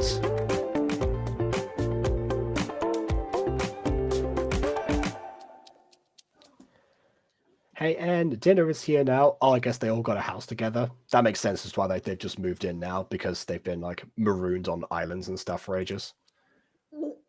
Getting back to society, you know? Ah, Dude, is your version of the Pops like the Wonder Woman backstory? Well, no, that was one island. Oh, how could I? You're so right. I guess I'll have to read it later then. the end. There we go. So I guess we've been introduced to everyone before they embark on the next adventure that is reintegration into society, I suppose. I don't know why, but I kind of like this. I like how you say good. that as if they had any time during life to actually integrate into it in the first place. That's true. They were children when they started, and then they were like all separated. But it means the only person like really had a chance was Snap Pop, who like got into a different group with amnesia, and then just kind of like grew up normally. All the other ones spent ages on this, like, you know, in a swamp, in, I don't know, just these desolate areas away from everyone, just constantly in their pop forms, meandering about with no memories or purpose in life. So yeah, they're very much just lost at this point, and all still very much in their teens. So yeah, there's a lot to cover in this series. Now with the context of where they all are at this point, like that's saying a lot. Hey, on I the do bright wonder- side, they're pretty good soldiers, aren't they? It's the only life they know. Quite literally. Yes, it's literally like maybe Attack on Titan. All my core memories of this life. Who are my parents? Or Do I have other family? How was I raised? This like now 7-year-old, which is the age they go back to whenever they go to the normal world. This 7-year-old goes back and someone else, oh hey, where's your parents? Oh, you mean my general? okay then. The only justice in that is that I could just imagine Majesty trying to wrangle a bunch of like unruly toddlers and trying to like shape them into a fighting force. Oh, So I catch thought me you up said on what glitter happens. force. Catch me up on what happened so far. No, not quite glitter force. Yeah, you'll have to just have to rewatch the stream. I mean, what can we tell you really? What a shame, right? Yeah, give Jacob more watch hours. Okay, on one hand, yes, give me more watch hours, but on the other hand, most of that time was discussing the MCU. What can we say? We are Carhartt I- fans of Marvel. If it is for that cause. At least I You didn't two talk are about at the least Sonic or FNAF lore. I probably know more about Sonic I than I feel do I'm about the being MCU. mocked. Not FNAF, though. I definitely don't know enough about FNAF, but Sonic, I can get through some conversations. Not now. Off camera. Off camera. Yeah, which also, yeah, Amy, actually, there's someone on the commenter called Amy Rose who actually comes in sometimes, so you never know. I'm honestly just waiting for Sonic the Hedgehog 3 movie. Which has a better beginning first episode? Disco pops, ballroom pops, jazz pops, or blues pops? Ooh. Why are you saying that? You haven't watched. I You've only watched. know. I just realized that. I'm like, oh wait, no, I don't know anything about this. Why did I say ooh? What? Oh my goodness. I It's like if I tried to chime in, it was like, yes, that Afton ending, it really does seem like that's the canon version. Yes, I too experienced that with people. Yeah, so Yes, so glad we can all. Fluttershy had many conversations, many stimulating intellectual discussions with animals. I do remember the time that she discussed the nature of existence with a chipmunk. Yeah, I'm glad we can all during agree the Alvin on. crossover. I'm glad we can all agree on FNAF canon. Oh yes, absolutely. We can all 100%. That's all about what the FNAF fan base is about, right? Everyone agreeing with each other and knowing everything going in. You know, we're called a community because of our brotherhood. Yes, not because of our shared interest. That is not the only reason. Don't worry. Wasn't there like a meme somewhere where there was like a joke where how we're debating about the FNAF lore, but we all agreed that Mike Afton has a mullet hair? I don't. Is that going to be my controversial opinion? That he doesn't have mullet hair? You know, I have FNAF 4 in a weird spot. I have Michael Afton's protagonistic role at a weird status. But is it going to be Michael the mullet? Afton has a Justin Bieber haircut. But is it going to be the? Is it going to be before it fell off from his disease? But is it the lack of a mullet opinion that's going to throw me over the edge? It was the 80s. It depends on which game we're talking about. If anything, his hair will probably be like in the FNAF movie. This is true. Yes, he will most likely have hair in the FNAF movie. True. Watch him now be bald. Like the trailer drops, it's like he's bald. Just to spite you, they'll be bald. Hey, guess what, guys? We forgot the new FNAF lore. Mike Afton is actually bald. Just to spite people, there could be like one scene in the trailer that's just like Michael Afton at a barber's shop. It's just like, hey, what do you think? Holds up a mirror, no hair is left. I love it. Doesn't tie into the rest of the story at all. Oh god. Right. Okay. What the characters are going to be blue, aka sad. Let's not tempt fate, shall we? Oh my god! Just imagine that. That is Baby Butter's dream. Look, that's what I thought. When you showed me like the title, no. I thought this was about to be sad pop. There should be a stream where me and literally anybody else have a debate about FNAF lore, and Jacob can be like the coach that just says like when things are going too far. Yes, I will join that. I will join that live stream. Okay, Sign me but up. Sign me up. Coach. Okay, but if the video is entirely dedicated to FNAF stuff, then it wouldn't be going too far because that's what you're there to do. No. But it'd be too far if we start pulling out, exact replicas of William Afton's knife and hold them towards each other's throats. Oh god. Yeah, I So if probably they would get get past the demonetized for that. debate section and What do you onto think? like violence I- towards each Have other. I demonetized this video? I- Why already I have won't a know knife until against later. my neck if you want Secrets of the Plagues? I don't need to do it again, thank you. Uh-huh. Yeah. Yeah, but by the way, I've watched like parts of your reviews of Secret of the Plex. Oh no! Oh wait, Yeah, I just watched those like off camera, so I wasn't like responding to a response of a response like that. Wait. On that whole start the whole point again. But yeah, Ooh. You have reviews, do you? this one was more like a response to a review, but yeah, there's a few reactions and reviews on the KW channel. Yeah. I feel like there's some opinions that can get about those books. Oh, I forgot I made that video. When I was really tired. Ah, that's probably why you forgot. I was gonna say because it wasn't that long ago. Yeah, but I was also really tired when I was making that video too. All right. Okay, so to answer Josh's question, I've had a bit of time to think. I think it is probably still like between Jazz Pops and Ballroom Pops, because Jazz Pops opens up with like, a villain introduction. We see a few of the powers that are emerged, and then but the Ballroom Pops we get a bit more of an idea of like the setting and Is some of the people Ballroom the involved. one with the red pop who's dating the like also red looking themed guy? I Red- think so. There is a red pop in that one, yes, who is also a huge Miraculous fan and fangirls Okay, a lot yes. when meeting Alia during that one episode. I do remember Ballroom. Okay, yeah. It's also the one where ABC Your Parents Are Dead came from. Which is one of my favorite moments ever on a Gacha review stream.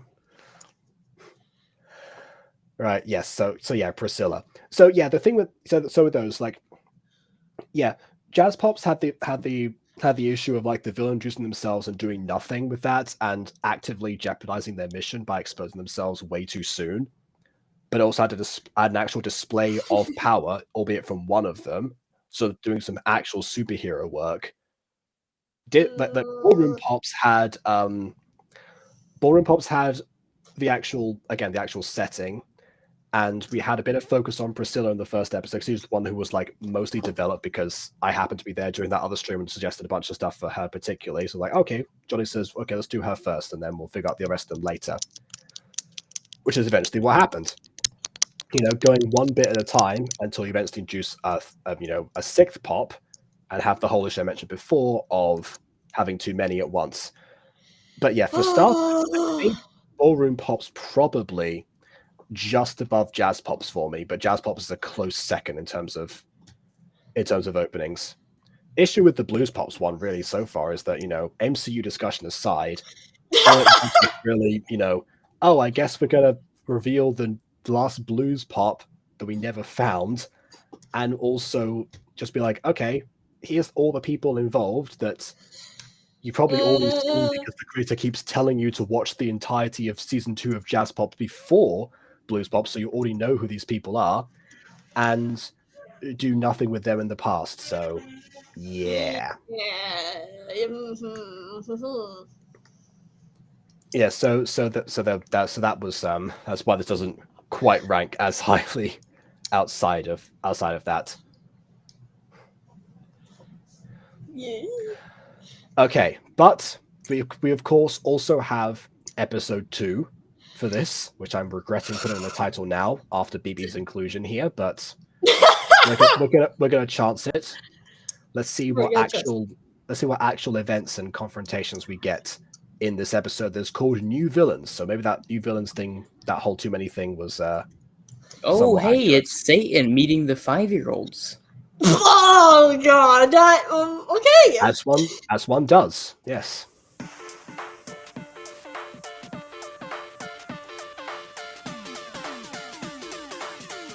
Oh wait, this is the intro, duh. Yes. I kind of forgot. I want to know what that cat is all about. Why That's is some coming good like towards visual me? fit. That's some good visual editing there, but it also and we don't see like It's tons of back terrifying! and forward too often. It's got It's time to stop there. scary. I don't like it. It's scary. Dear Diary, it's me again. Hi. It's It's me, me. Winterpup. I'm A the couple of weeks problem. ago, we met the new villain group in town. And it was definitely an interesting first encounter. Oh, good, the cat comes in episode 4. Alright, so good to know you've got a story in No, mind. so it's gonna for hype. this. It's gonna be forever now until episode 4. Okay, good to know. Well, episode 4 might make it worse. True. Blues Pops, I have an important announcement. This is Majesty, by the way. She is like the common glue that holds all this together because she like creates all the pop groups. So she's the Nick Fury of this universe. Exactly. Ding, Except ding, for ding. instead of creating one initiative, she just creates like a whole ton of them and never really unites them. You know, See, makes an army. That could way more easily just be like a multiple way civil war among all the pops if something went wrong with all of them. Please do That'd that. be- I would love to see that. That would be very difficult, I think, for these people to actually shove into visual media. But sure, that sounds fascinating. I tell you what. It'd It also be difficult sounds because good. it'd be difficult also because they all generally do get along with each other. So yeah, it depends. What? They don't fight or anything. Come on. Not amongst each other, really. There was a thing in Jazz Pop Season 2 where one of them thought one of them was framed as a traitor, and so she thought, oh, well, it might be best to like abandon the group and stuff, and then that wasn't really taken quite seriously, so there was like internal conflict there, but it never really escalated to anything. So yeah. What? I don't know though. Why Even do Ninja 3 of them Turtles have had, brown eyes like- and one of them has blue eyes? Because they're different people, obviously. But, Okay, but even Ninja one of them Turtles had like is the same. squabbles with each other. Also, there is only one blue-eyed. I'm just saying there is a common thread here, and one is an odd one out here. Yeah. I mean, okay. I think that also is because, again, these are people created by different people, and they were preserved in their initial forms. So And whatever again, the person was presented with, they just Can happen to someone- all have brown eyes. Can someone please fix Winter's hair, please? What is wrong Actually, with hang on a Winter's second. hair? Hang on a second. Let's take a look to see if we could like look at the real Majesty and see what color her eyes are. What is that? So the set. Man, So I hate this them is the all. Super Pops. This They is the Super kind of Pop- look gray. What is that? That's Majesty in the center there with the wand. See, here's the thing: you think they look bad at first, but then you make eye contact with them, and somehow they become worse. Oh, also the Yeah. one. No, the pink one one in is red. staring at me. The pink one is literally staring at me. No, like- but stare them in the eyes, and suddenly, even their faces all kind They're of look all- wrong. Okay, They're no, the all red one staring. looks really freaky. Like, oh my god, the red, it looks like a robot. Why? What? It looks like an animatronic. The red one is the one who played Wanda in that Warp Zone video. What? What is that Also red monstrosity? ones. What is that? I mean, so that is the Super Pops from Totally TV, which inspired Jazz Pops, which then inspired every other spin-off that happened. So it all started from there. So yeah. Oh my god. That's gonna haunt me for 25 years. Again, to be fair, like watch the first 2 seasons and they're actually enjoyable. It's season 3 that ruins it, but you know. Okay, so Also- skip season 3. Got it. Also, yes, Majesty should be white, as in they should be wearing white. So I should clarify that statement in this comment, not rainbow, considering when the timeline this happens. Yes, because that was an upgrade that happened during Super Pops later on, where she dons this rainbow outfit that's very hard to emulate in Gacha. So yes, that is very true. Or because you did mention Dr. Kittens before it became Dr. Ruin, so yes, that's another thing that can happen. Kittens here to check on your kittens. Hail the yell, I'm Dr. Cadence. What? That's not what he sounds like. That's not it. I'm just doing an impression of what you were doing there. And it turned out to sound like the guy who says drugs are bad in that South Park episode. Drugs are bad. If you do them, you're bad. Okay. That's, yeah. I'll be better at impressions later once I've recovered. Okay. Yeah, my sincere apologies, guys. With all of her pop, because I've lost my sanity. She like she stalks like all of these like children characters and recruits them against their will and stuff. She lost her sanity ages ago, probably the last century. What? Well, I don't believe we're getting bored. Thank you for joining. No, Junior, come back! How dare you? Oh dear. And yes, she is a very busy lady. She's also pretending to be a librarian as well in her spare time. I don't know if she needs sleep. What? Oh wait, no, I was about to say, do Avalonians sleep? But no, we do know that Avalonians sleep because we know about the whole Dr. Ruin episode when they go into his dreams. So yes, they do sleep. So I guess. Okay, but when do they sleep? Because obviously she's Good question. I don't know. Yeah. She's Are Avalonians from Avalon? Avalonia, but close. Kind of sounds like Voltron or something. Literally sounds like Voltron right now. There you go. The Super Pops are currently busy, so they cannot help. Coincidence? Okay, which bungler is it this time? The bunglers are like the main villains of Super Pops. Well, that's the thing. It isn't a bungler. Does that mean it's the new villain group?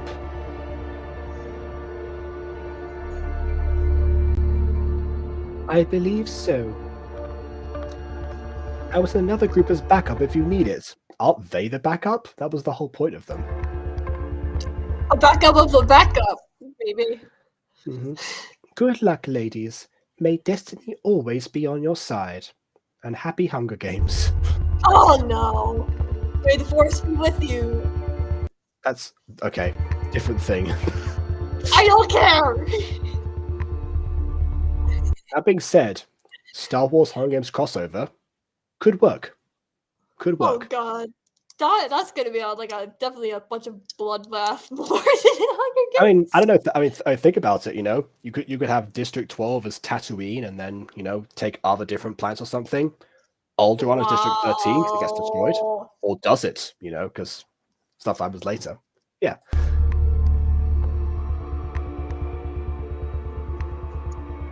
They're all just standing there.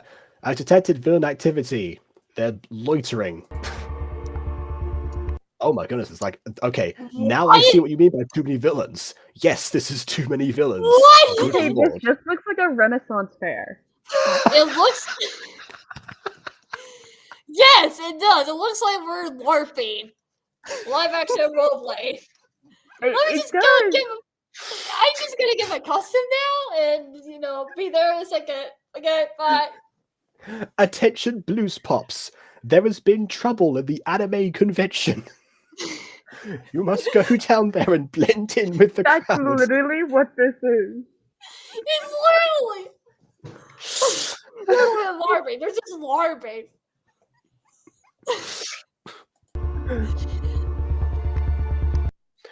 Oh, brother, that's a lot of you. Definitely. Yeah, remember, this is the comic relief character, so, zing. Wait, let me count. Please do. I want to know. 1, 2, 3, 4. It's a good thing they give you enough time. I thought it was going to be like, she's so young she can't count past 4 yet, but yeah, okay, she can. 13. There's 13 of you. Oh god, at least it's better than 20. If there was 20, then I would be like, I'm leaving. That's more than can fit on like in the gacha slots in Gacha Club. True. which means they must have Oh been done in my. post-production. Hold on a second. When did this come out? This was the first episode was December 31st, 2021. This Which I must have taken still was it was a long time ago. This episode. Which remembers the time I met new good friends reading her old journal, and it was January 7th, 2022. Which was dang it, that was before Mutant Girl Season 3 Episode 1 came out. Which means that you beat me to like exceeding the gacha limits of character inclusion. Oh well. Wow. Oh, never mind. You put them in two separate. I forgot they did that. Yes, you're right. There are 13 of us, and we intend to stay that way, implying that we might die in this fight.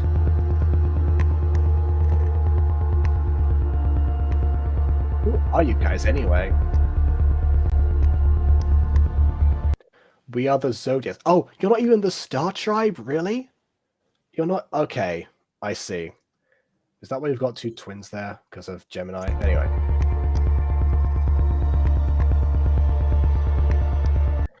Allow us to introduce ourselves. I am Ares, the leader. This is a good motif, but also Star Tribe where? I'm just gonna be like that one annoying fan is like, but where's the Star Tribe? They should have been the Star Tribe for this. How do you do this? Oh my god. Yeah. Just Is that the cat guy from season 2? Oh yeah, you're right. That does look like that. Kiki meow. Oh my goodness. I'm Scorpio.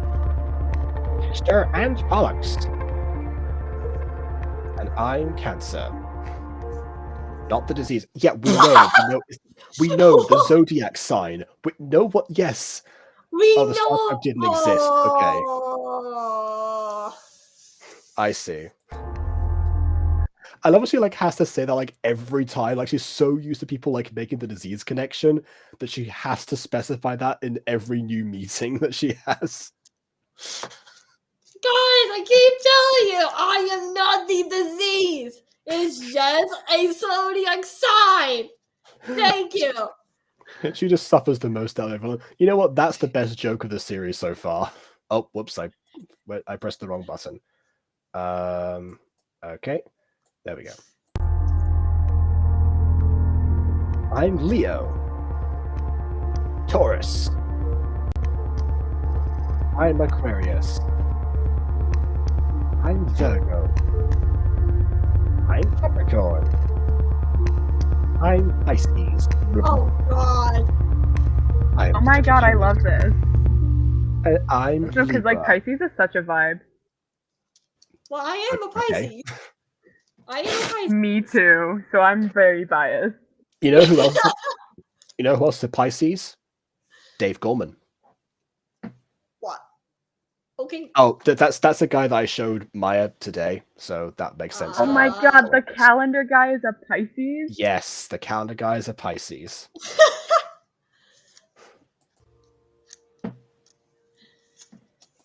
Well, what are you doing here anyway? It's a public park. We can go where we want. What are you talking? We're just LARPing. Meeting you for, obviously, which we didn't know was going to happen until right now because Celeste just detected us here and magically happened to send you because Superboss were busy, meaning that we were expecting the other group and not you, but I guess we're meeting you for, and that was our plan all along. Of course. Yeah, sure. Why not? Mm-hmm. That's the thing that I see a lot in both jazz pops and disco pops is stuff that clearly happened by complete happenstance and could not have possibly been predicted by anyone, as it treated as if that was the intention all along by the Maybe- heroes or the villains. Maybe the power said they can see the future. I can see the future. Yeah, maybe, but Oh, I you don't know, it'd be so cool. Oh my god, I just got a sick idea. it feels more like, Oh my god. the Joker plans from the Dark Knight, where it's just like, how of anything. Okay, Okay, your idea. so imagine this, right? A hero and a villain who can both see the future and are also arch nemeses. And so they are both constantly trying to outdo fate against one another because they both know exactly how things are supposed to play out. It'd be like an actual like game of chess. Yes. Can someone please make that happen, please? I would like to read it or watch it. Just let me know. Apollo versus the Fates. Oh Right. man, I like that. That's The such Oracle a- of Delphi over Madonna. right. But no, really, imagine. It'd be so cool. Yeah. Professor Trelawney against Gellert Grindelwald. Oh my god. Also, which Popsicle has better villains? I mean, we just met these guys. It's not really a fair comparison, so we'll decide later. What else will we be here for? I don't know. That's why we came, to find that out. What are you doing here? LARPing. Like- That's I was gonna guess LARPing, but no. Like, come on. If they do it in their spare time, maybe they just LARP as exaggerated versions of each other or something. I don't know.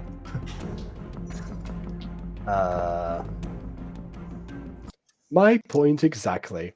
Okay, well, I guess you've now met us. Nice to meet all of you. We'll be leaving. If that was all you were doing here, then I guess we can not be doing anything villainous, so bye. Bye. It's a better idea to get to know your enemy before you split them up. Oh my god. So, you know how I just said that Jazz Pops had the disadvantage of me having the enemies declare their intentions and giving themselves away, thereby slowing everything down? The exact same thing just happened again. What is this? You know, there's an old phrase that goes like, the human being is the only species that is capable of tripping on the same stone twice. Yeah, this is what's happening here. We are an amazing species, to be fair. We really are. We have other advantages, yes, for sure. That's just one of our shortcomings. Yeah, for instance, using the stones that they trip on to kill other people. Arguably, that might also be a shortcoming. Just ask poor Abel, but you know. We use, it's amazing how we really learned how to use big sticks to our advantage. I'm just saying, what is a gun except a flaming big stick that is also long range? Wow. Depends on the gun of how big the stick is, but yes. Did you just say split up? No, you heard nothing. Why are you villains are really dumb? Okay. They are, yes. The Star Tribe did the Star Tribe, to be fair, it was one guy out of the Star Tribe who did that. But now it's just all of them here at once being like, guess what? We're all stupid.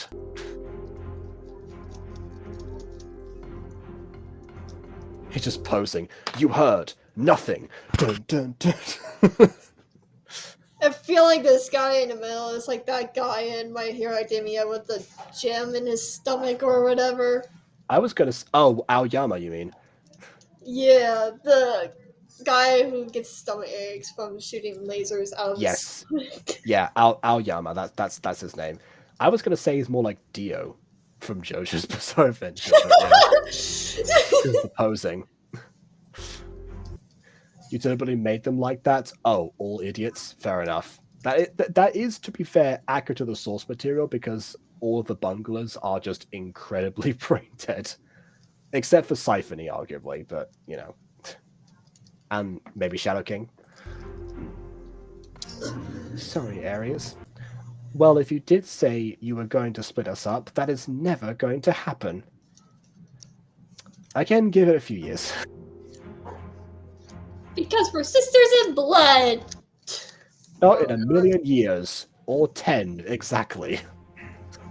Or you guys are 30 years old. They're not... Again, they're teens 10 years from now, which is why we're making the joke of them being 5 here. What he Yeah. said not in a million years, so in a million years they probably are 30. Who made this one? This was Eli. This was the Okay. originator of the first spin-off from, So that's Flower Pot, right? yes. Okay, have you seen, like, directed at Flower Pot, have you seen Fairy Tale? I have not, sadly. What? You're not Flower Pot, unless you are. Maybe this was a whole. This was a different person. No, I'm just letting you know I have not, so. Hmm. I'm, like, just curious. I was going to say, you did say you've been doing YouTube for 10 years, but your channel only goes back to like 2018. It's like, where are the other videos? Could they be somewhere else? Yeah, you will never find them because it's cringe, okay? You have the cringe, I am already now, so. You sound like Emily, I must say. Sad. Okay. I was just thinking with the Zodiac thing, because a couple of them look very similar to how Fairy Tale portrayed them as, like, humanoids. Oh, wow. There was a show that I used to watch that was called The Legend of the Dragon or something to that effect. I'm not sure what the English title was exactly, but it would have been roughly that. And it was to do with like a bunch of people like who did harness different powers based on the animals from the Chinese these zodiac. Not necessarily like the corresponding star signs. So there's also like that, like the dragon, the snake, the monkey, etc. They were able to like harness them through bracelets. If you collect 3 of those, if you manage to wrest them from those guardians, then you have some sort of ultimate power. And of course, the main character is the guardian of the dragon. He is going back and recovering those because he'll make sure that doesn't happen. There's a lot to that. Anyway, rather obscure thing that's I don't know if anyone is ever going to recognize. I like Rugrats. Okay. You can't split us up. We're the newest group, which means we're the easiest to probably topple over because we don't know what we're doing yet. So that's not really a solid argument. Yeah, but then again, you are 5, so I'll give you a break. We're the newbies. And if we did get split up, I bet everyone will miss us.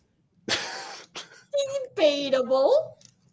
The sad part is that for 10 years, no one remembers them. Oh, poor Snap. And she's the only one who goes on to have a decent life after this ends. Maybe I really should have watched this first. I'm not even gonna lie. To be honest. Rest. Technically, I'm watching it first, so there we go. I think the reason I was told not to watch this first is because of the whole like Azure Pop, Magic Pop betrayal thing. It would have given that away, which I suppose is true. I could have contextualized that in the reviews, but yes, I understand. At the same time, though, everything else is saying like, a bit more optimistic to not have this all, know is going to go downhill. It's like the Star Wars prequels. Oh, look at how many Jedi Knights there are in these times. I sure hope nothing happens to them by the time that the original trilogy starts and we know there's only 2 left. I think it's messed up in Star Wars 7. No, not 7, the 8th and 9th. But, okay. Right. Snap, don't worry though. They can't do that to us. It's impossible. Yeah, we're so inseparable and our bond is so strong. Yes, we get it. Do something!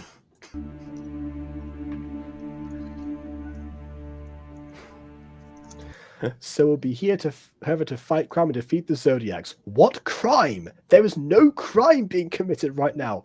Unless this land is private property, they're not committing a crime by standing here. Unless LARPing is illegal. It's a no LARP zone, that's why. We'll see about that. And that was pretty much, no, it wasn't. No, you have to actually fight them or do anything with them. What was that? A closer. Apparently. They left the park soon after that. Okay, or not a cliffhanger. Never mind. They just told us what happened. They just pieced out after introducing themselves to people that they didn't know were going to be there, but pretended they did. There's more action in the other episodes. Okay. Thank Okay. the heavens. Okay, but you still did the exact same thing with the jazz pops, where it was, apart from even the jazz pops, again, they just had one display power from one member at least at the start. Anyway, and we still have not been split up, and so that's a relief. Not that we ever will be, anyways. How many times has she said that? We're inseparable. We're not going to be like that. Foreshadowing? Well, yes, it is foreshadowing, but it's foreshadowing like 6 different times. That's 20. Yeah.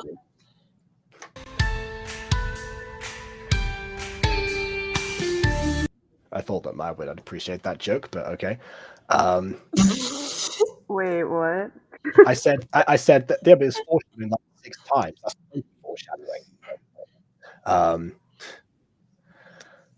Also, don't expect to be fighting at the start of this series. Fighting comes later on. I see. Sadly. Since that encounter, we've had a few situations to deal with the Zodiacs.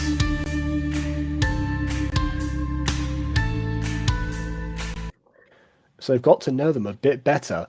Oh, great! I'm sure glad we didn't get to see that happen on screen, rather than the introduction where we learn nothing about them apart from their names. Why? Why?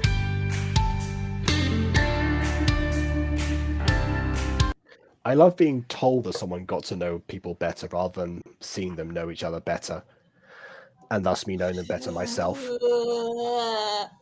I'll just write everything we know about them in here, so I can use it to help if necessary. Convenient! Very convenient. Yeah, we're approaching like the end of the second third of the video. I hope the rest of it isn't just this. Oh god, it is, isn't it? There's 13 of them, so yeah. First is Ares, who, as I mentioned earlier, is the leader. Yes, you did mention that earlier.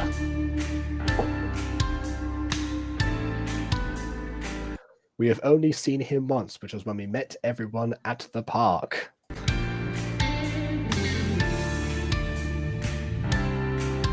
So we don't know a lot about him. What a stellar entry to this diary. Turns out he's your boyfriend, actually. Turns out he is your father. No, that's impossible. Search your feelings, you know it to be true. Right. Next is Taurus. He's supposed to be a bull, I think. I mean, what gave that away? The fact that his name is Taurus?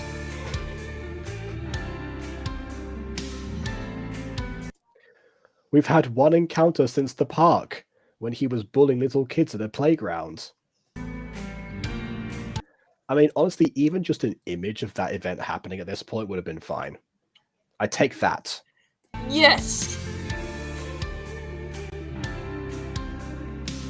What's going on with his nose as well?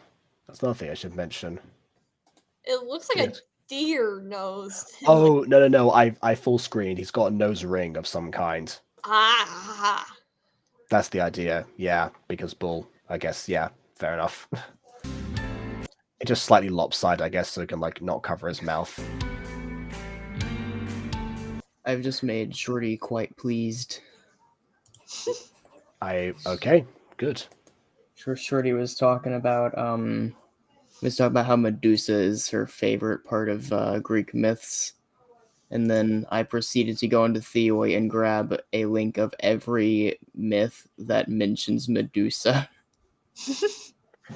She is now saying that she's now claiming that she'll stay up all night and reading.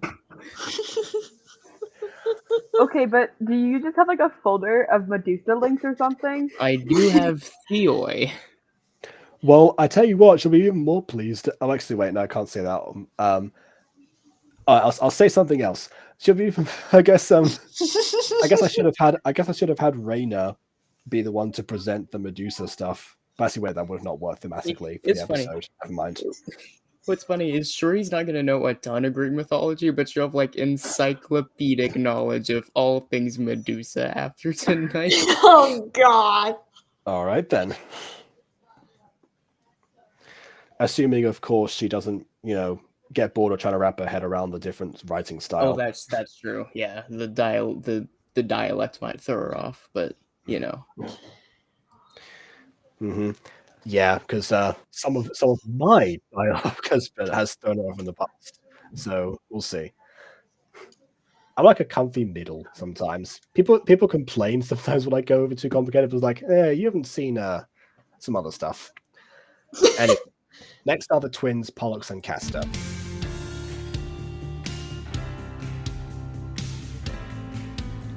They're like playing pranks on everyone and aren't the best at keeping secrets. They are like what was those two those two brothers who were prankster YouTubers? It was Ethan Bradbury and there was somebody else who was different Bradbury. I do not know. Yeah, I don't know. I know one of them was Ethan Bradbury because that was a meme at the time. I'm Ethan Bradbury. Anyway. I just probably like flashbacked people to 2016 the second there. Anyway. Oh wait, actually I just realized, BB, you know that play that I told you about yesterday? And how well, it's not yesterday, but like how it was inspired by me talking to a bunch of people in character.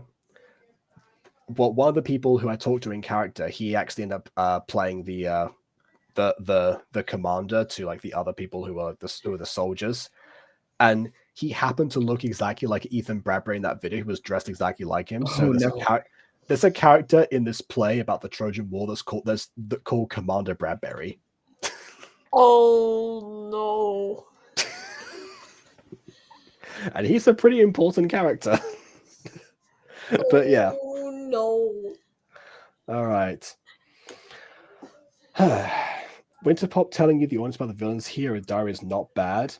It's not ideal. I would rather like these could have been like separate episodes where it's like, okay, we get to meet different members of the Zodiac, the Zodiacs in different episodes, centering around their attacks as villains. That's how most shows would do this kind of thing. Yeah. Or if anything, just like if you want to do it like a diary version, just show within like the diary of the scene they're talking about, like, oh, this is how we met them and everything, blah blah blah blah blah blah. So that way it's like you're still talking about in the diary, but you're also showing like what you're talking about. Imagine if like Dragon Ball Z did that or something. Like, dear diary, this is Vegeta. He is the Prince of all Saiyans. He came to Earth America with his friend Nappa, and there was a whole battle. I arrived just in time to see everyone was already dead, but then and broke Nappa's back. Then Vegeta was not very happy about that. So oh well. Then there was this big battle. Yajirobe helped out a little bit. And then we sent him off with the stratosphere. A bunch of other things happened. Yeah. I feel like see how that's it's just imagine even Pokemon do that. I'll be just like, why? Dear diary, the Poké Center was attacked today by these three crooks that were called Team Rockets. One of them was a talking meow, surprisingly. Oh god. Well, I keep thinking of more things people can do that, like Sonic or like My Little Pony, or oh god. My Little Pony is amazing. No, I love My Little Pony. Okay, but yes, imagine the diary situation. I don't know. Dear diary, it's me, Fluttershy. I don't talk too much in real life, but I talk a bunch in my diary because no one has to worry about what I'm saying here. We had these bad people today who came over to try and like conquer our school or something through the power of music, and we had to defeat them in the friendship games. The friendship games were a very arduous task, and we managed to pull together at the very end. All right, see you tomorrow, diary. No, even worse. My Pony series with the diary situation. Right. Oh no! Dear Diary, I would love to tell you what happened in this, but honestly, I'm not quite sure. So there was a bunch of lore that happened 100 years ago. It's not entirely clear if we're the same people. I guess we're different generations, which I just found out right now as I'm writing this entry. I went to school for several years, never once saw my family, and became an entirely different person. There's a bunch of rivalry between unicorns, Pegasi, and the charm heart things. I can't remember what they're called anymore. Hang on, That's I'm still- sorry. that's still been I going left on. for like a second. What are we talking about? Even when I try to summarize it, it's still confusing. Well, no, I just got back. I didn't want to like interrupt the video, but like, Remember the ponies thing from last stream that was made by KW? yeah. Yeah, it was that, but using the Dear Diary treatment. Oh, of course. Oh god. Maybe I should have uploaded it. I should have. I swear, I came back and I thought I heard you say like chimera or something. I'm like, I'm sorry. Did we get into like a No. mythology I want tangent? to see. I want to see someone like the Gacha tubers in the audience right now. One of you, please make a Dear Diary version of what I just said, but make it like the most YouTube poop thing possible. Oh my god. Oh my god. That's gonna be the next ABC. Your parents are dead. That's Oh, no. Dear next one. Diary. Rainbow does not remember his name, even though he's been in school for years. Didn't you just say his name? You said Rainbow doesn't remember his name, right? Isn't that Rainbow? Well, yeah. Well, in the show, in the first episode of Ponies, Rainbow was like, "I do not have a name." I'm like, "You should know your Oh. name." I see. Okay. I do It not was have lost a to name. time. Okay, so apparently the thing that I just suggested does come in later. If it does come in later, then we just didn't need this like at all. It's not substituting anything. It's also on top of it. I don't know. Anyway, then there is cancer. She absolutely hates being mistaken or compared to the disease, which was already demonstrated in the previous scene, but I'll say it again here.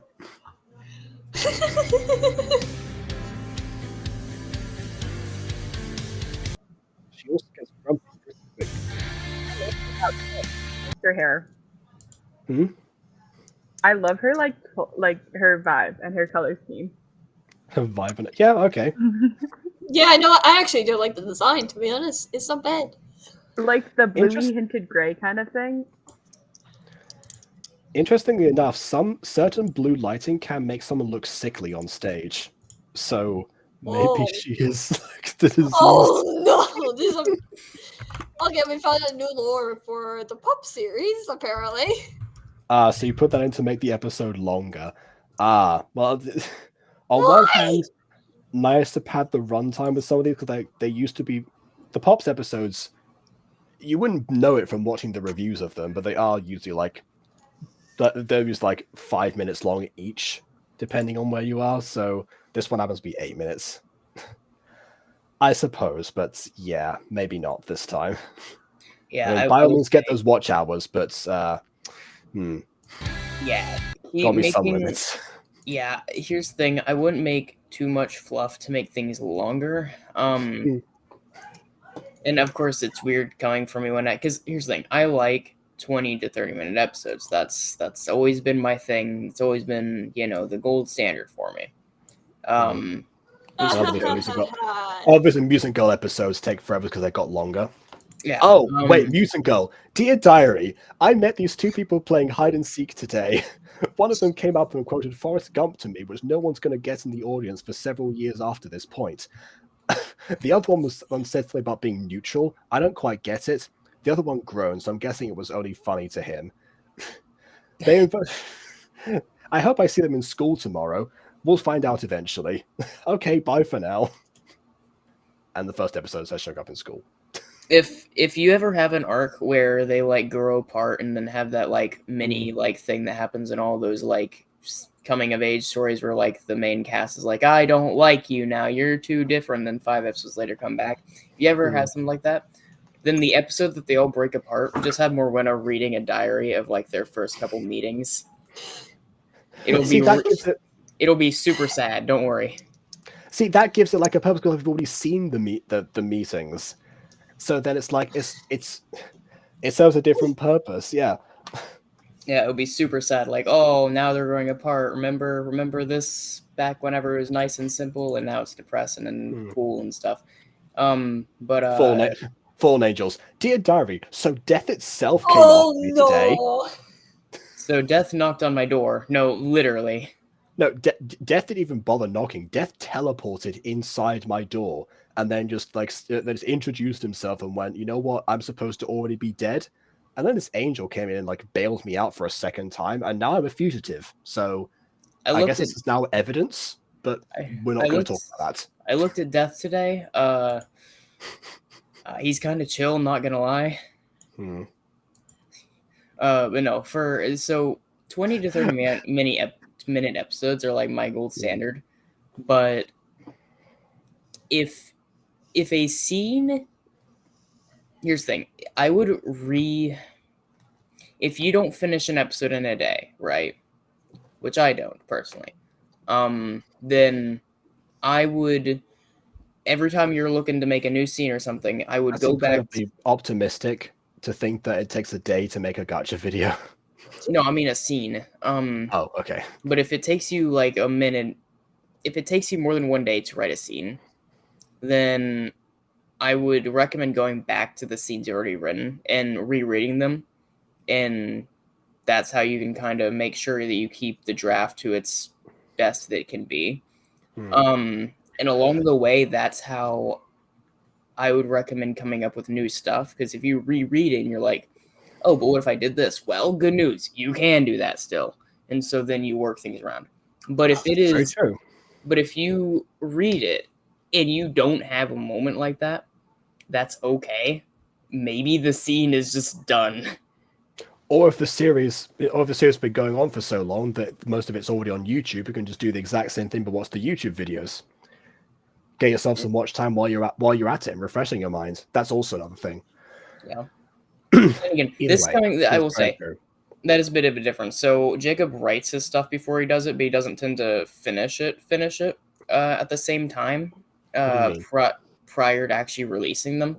That's a bit different because you like finishing like a season or something before I start posting them. Yeah, Rip in the Dark is a special case because I don't know when it's gonna finish. Whereas if it is a fully scripted thing, so's the Mutant Girl. Then I don't know when that's gonna finish either. No, but you know when a season's gonna finish, don't you? Oh yeah, if you want to like split there, then yes. Okay, well I don't have that from the dark, but I do have a couple scripted stuff that I'm working on, and I intend to finish the entire thing before releasing it. So that's kind of a big difference between Jacob and I and our creation process. Yeah, I also do it that way because I also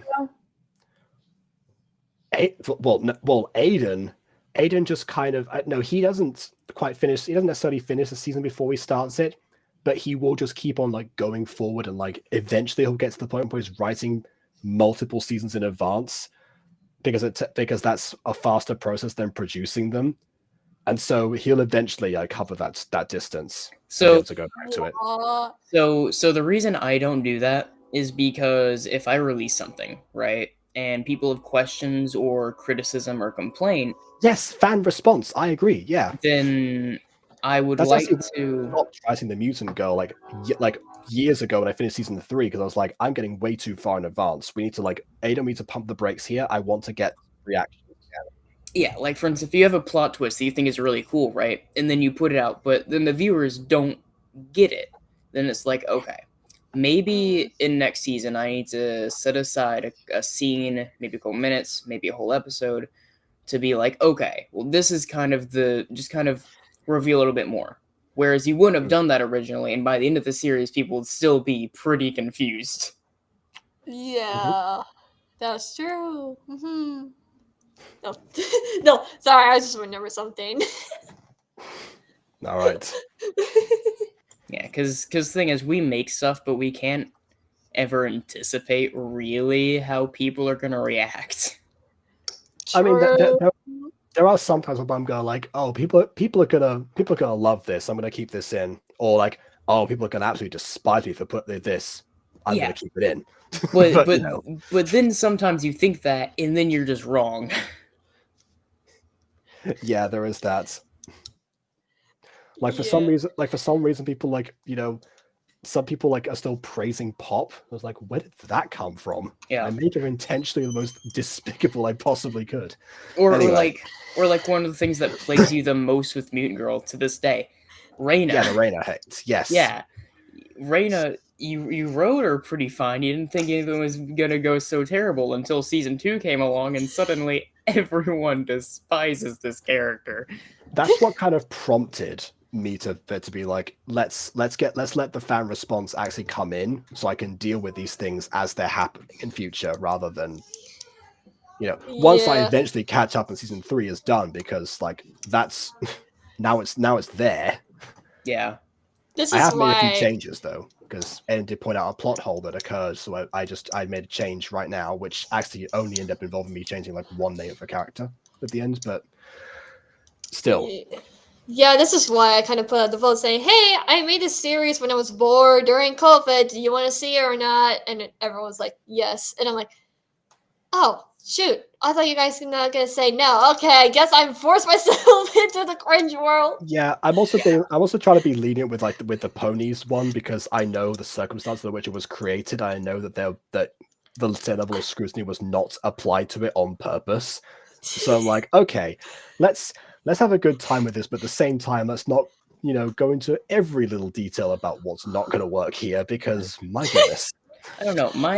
My viewpoint on creating stories, making stories is the fun for me. So making things perfect is just part of the game at the end of the day for me. So, or at least what I perceive as perfect. Of course, again, we just got into how, you know, viewers might have different opinions. But Of course, they will. Yeah, inevitably. Sometimes gotta stick to your guns, though. It just depends on the situation. Yeah. So like I wouldn't do that, right? There's no world in which I would be like, "Hey, you want this?" and then people say no, or sorry, people say yes, and I'm like, "Oh, I don't really want to do this. Let's do it anyways, though. You guys said it." I don't think I would even ask unless I already had something in the works. Well, yeah, I don't put was that just, into the world, because they'll I just was give just people the idea. surprised. I was just so surprised. I thought people were like, It's kind of like with Johnny. I think most of people like watching him said, okay, let's do My Little Pony because we haven't seen that in Disco Pops yet, rather than being like, this is for a reboot of Disco Pops to improve on what it was before. That was the objective. Let's keep things as the same as as similar as possible, but just let Johnny improve already there. But no, he was like, hey, why not just add this new thing and put them in the Equestria Girls? And we saw how that turned out as a result. So sometimes stick to your guns and don't put the energy out there necessarily. Yeah. But if it's out there, people respond to something in a negative way, then yeah, by all means, listen to them if you can. Yeah, or like twist villains are a good one where a lot of times it is stick to your guns, because if you have like a villain set up, and then you make, like, if there is something that like people say is like, oh, this is a plot hole, this makes no sense, occasionally that's really just the writer doing a plot hole on purpose to show that the story isn't adding up with what they're saying. And then it's like, okay, well, let's not explain that one. Let's just let them complain until 5 episodes later is like, oh, well, they were lying the whole way through. It doesn't mean. I feel like a few episodes of Jazz Pops are going to be like that if I watch them again, because of the whole Azure Pop thing. That is true. Yeah, they're because that's how I feel like, for me, if I'm letting a villain's mask slip as opposed to making them have like a big reveal, then I would probably make them contradict themselves, because it's like they're human. They're lying. Everyone has heard the saying, you don't have to think if you're telling the truth. To err is human.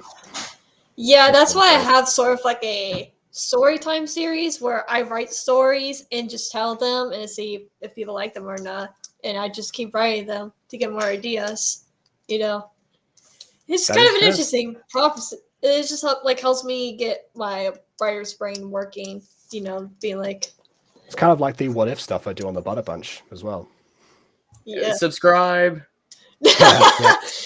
Subscribe to Jacob Butter. Subscribe to Jacob Butter. Don't subscribe to me because I have cringe.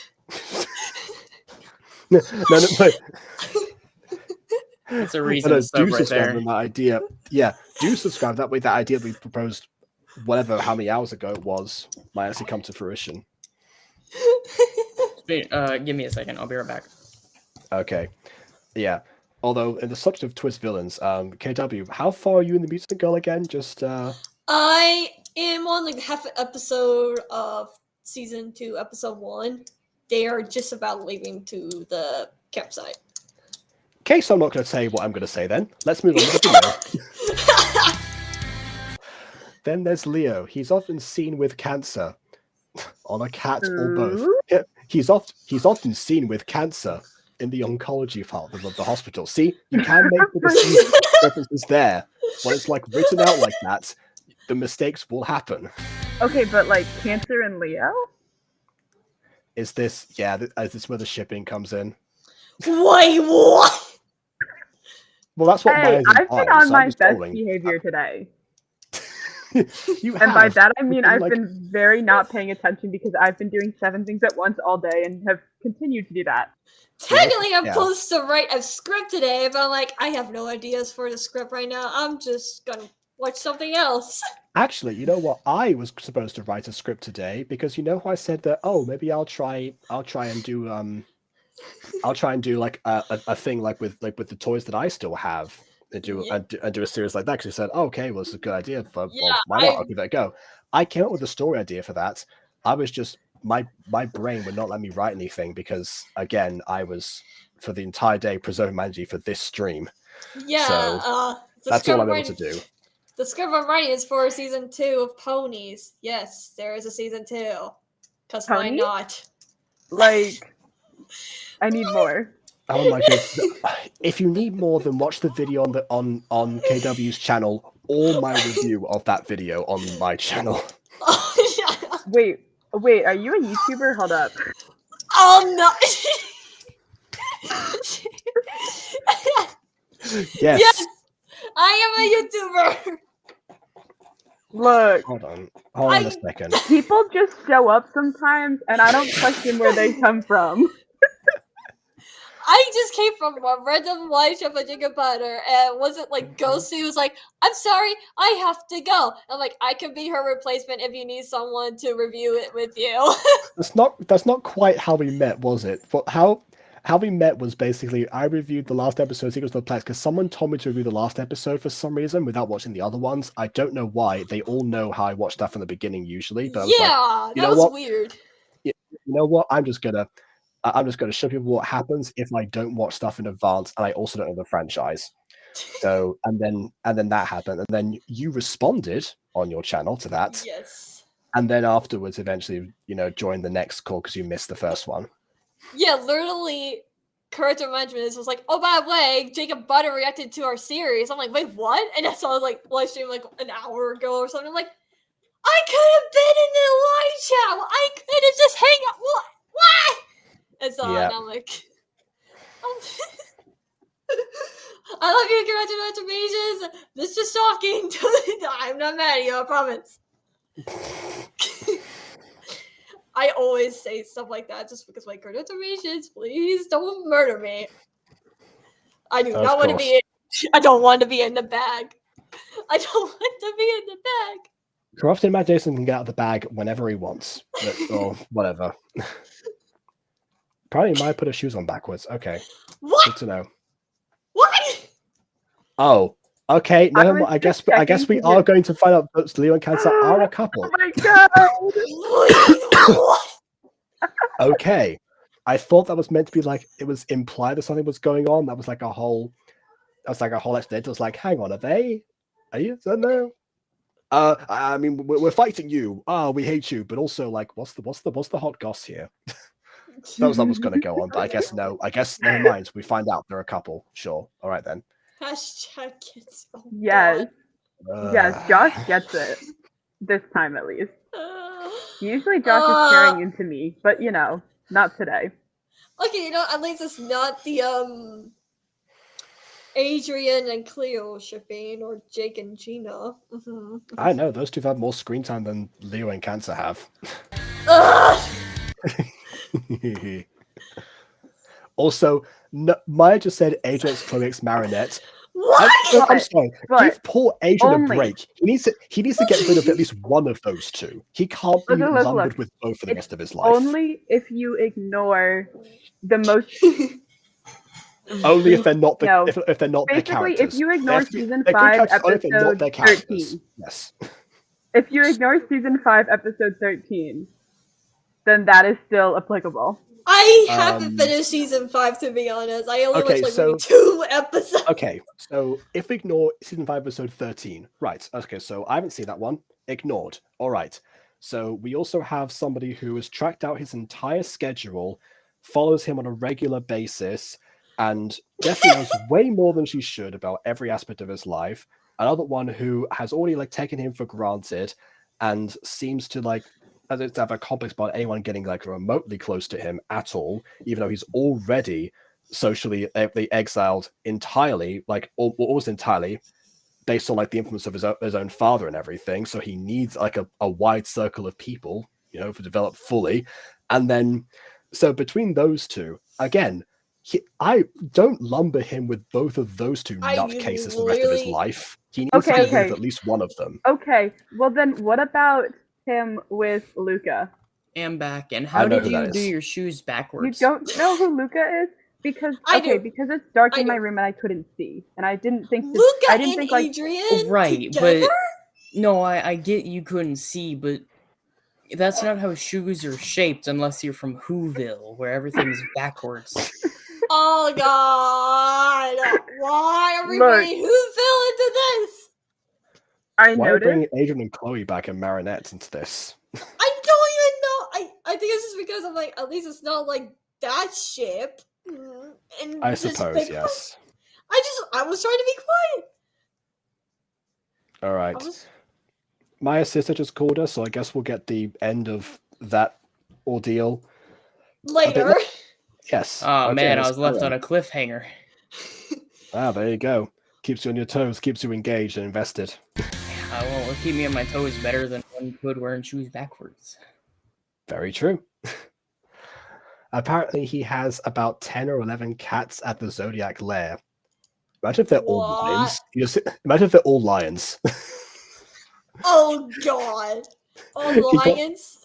He got the one that were cubs. He was like, I didn't Oh think my this God. through. I just thought of the perfect gag. You know the classic trope where a villain turns around in their chair petting their cat? It's just a lion on the chair that you can Wait, No, wait, I with- can no, actually with- do with- that now. No, with that many cats, imagine he turns around revealing the cat's petting him. Wait. No, I can actually hold on. The cats are petting him in real just softly. He goes, well if it isn't the Super Pops. Another version of that could be that they're all on his lap at once. So his face is partially obscured by a mount of cats. It's oh yes, Mr. Bond, I've been expecting you. God, I can't breathe. Either way, Okay. yes. I thought I had my stuffed cat my stuffed cat here. Never mind.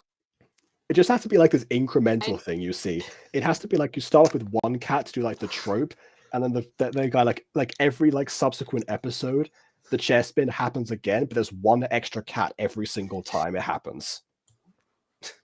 No, okay, if that's the case, then that's whenever I want the mountain, and it just gets one after another after another. Exactly, yeah. And then yeah. eventually, whenever it's speaking, you know those, I forget, I don't know how to describe it, you know, for instance, SpongeBob, right? Whenever his mouth gets covered, and then he just speaks he moves the mouth forward to speak. I can picture it that, except it's just going underneath the cats. Okay. I got something better. Wait, I found something even better. Hello, Super. This is it's like if Jake the dog has to flop his entire head down and speak from the floor. Or like him, or like the villain's like turning his head all around the corner of the cats. I have finished eating. Yeah, they just like add more and more every time. Exactly like that. Correct. Have you been expecting us, KW? I found my gigantic pony. Oh, it's a cameo. It's part of the lore. Hello, it's the queen of ponies. Yes, that's Oh only. no. It was I the don't one know. goddess pony that created some of the other ones, but also not all of them for some reason. Jesus pony. Joni. I fear the I have Joni. a nice hat. Oh, thank you. It is, of course, my favorite character. I Oh, thought you said another impression I can't do right now, but can normally. Right. I thought you said Icarus, my favorite character, and I was like, No. oh yeah, that's a popular one. God. Icarus, the one that flew Icarus, too close to the sun? Why is Icarus Yes. a popular favorite character? What do you? What I do you think mean? that was sarcasm. Everyone loves Icarus. Oh, sure, yes. I mean, I guess people do tend to have like a thing for just arrogant, handsome people, I suppose. I mean, like for example, he has a very popular saying attributed to him. Oh, Like, Mr. you know. I'm afraid you're too late. In 3 hours, my fanfic will be released all over the world. Oh no! Fiend, but what of the plot holes and terrible shipping? Look, there is no such thing as terrible shipping. Oh, Mr. Butter, you put too much faith in the speaking people. of Oh my who? god, Speaking of KW. terrible shipping, speaking of terrible shipping, these two. I love that. Oh my god, oh my god, oh my god. Have you seen the movie trailer for this summer? I was trying to find it. I need to find it. I heard it's out, so. You God. put too much faith in the people, Mr. Butter. I'll have it all, and then they'll read it and waste the 5 hours of their life. But none of these couples are healthy relationships. Oh no, I'm just they finding are all... random stuff over Oh here. no, I'm the like, couples oh are yeah. armed with belts just in case one of them back talks. Oh my god, I found my Halloween prop. I The really found my. megaverse will expand and infect the world. I don't. What is that? Hold on. What? That's my Halloween prop. Oh, that's hand unit. Yep. Exotic, but okay, yeah. I've heard that joke before. That's hand unit, baby. Oh, Yeah. Once the people read it and see the ship, the fanfic will create a picture that will cause whoever sees it to go into a blind rage, ending the world as we know it. No. You know what the evil plan should be? That they just let people criticize it, and then have the people who like it go into blind rage against the critics, and then that's a whole thing. Just turn Twitter into a real life war. That's the evil plan. Oh man, imagine if every time Twitter canceled someone, they had a billboard saying #cancel someone. Dude, this world would be burning. Yeah. Assuming people don't knock down the billboard in a riot or something. If they like the person. Fair. Yes, I am excited for the Miraculous movie. Okay, I'm waiting for it, and I'm going to see it in theaters with someone. I do love the fact that, Maya asked about the trailer and Josh asked about, are you excited for the actual movie though? Priority. I don't know. The trailer's usually better, I enjoy. I enjoy. That's sad if a trailer's better than the movie. To be fair, there's a lot of movies that are like that.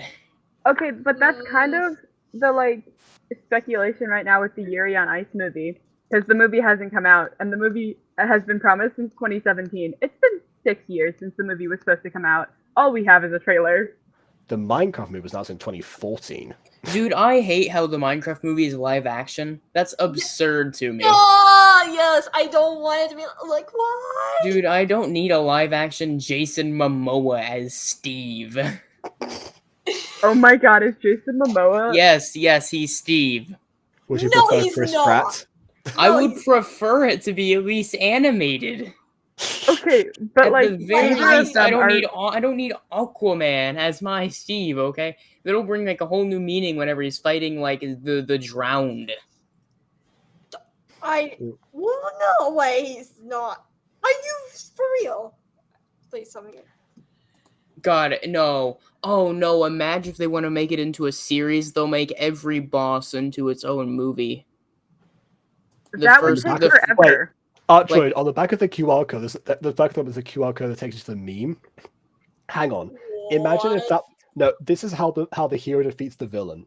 The hero defeats the villain by changing the QR code link to a Rickroll, and then none of the plan goes together. Oh my gosh. You wouldn't. This is the cast. I'm not saying Jason Momoa. That's a very short list, actually. I'm not Yeah, there's two saying. people. I'm not saying that Jason Momoa is bad. I'm saying that him as He's Steve and not Steve ideal being for the live role, action yes. is bad. Yeah, look, that's the thing. Yeah, you can say that because, like, sometimes you can have a good actor who's just not right for the parts. That's perfectly reasonable. I wanted a Minecraft anime movie, but if they're, why do they need? It's not. You know something? Aiden actually said to me that one of the things that I did that was a disadvantage to myself was the fact that because he always throughout his entire time doing content, he's always been like the main character up until Demon God Saved the Other World. He was always the main character in his own stuff, which is it's fine because that's obviously that he's the most reliable person that he has for his own team. Makes perfect sense. Of course, it's not like as much as people people have said that they like my voice acting. I don't think I'd be a good Morwenna. Just throwing that out there. For example, people have looked around from Numis's dice art for ages. I never once offered myself for the part, even though it was tempting because people didn't want to try and fill in those big shoes, myself included. Because that's just going to go horribly. I'm just saying, I was the best replacement dice art. I didn't even want to voice Malwick, honestly. I don't like voicing Malwick at all, but end up being a case that I did that several times. Yeah, I like making my own stuff in the sense I like writing stories and stuff. And I like telling stories, but no, I need a team. I need a team. There's a reason I work on a budget with most of my stuff because I don't feel like I could make things to my vision without one. I'm fine with making with being multiple roles and stuff, even if I end up doing being the one producing it. We'll see. However, okay. not Morwenna or Mrs. Dysart. Here's my for some of my upcoming stuff, the voice is really important.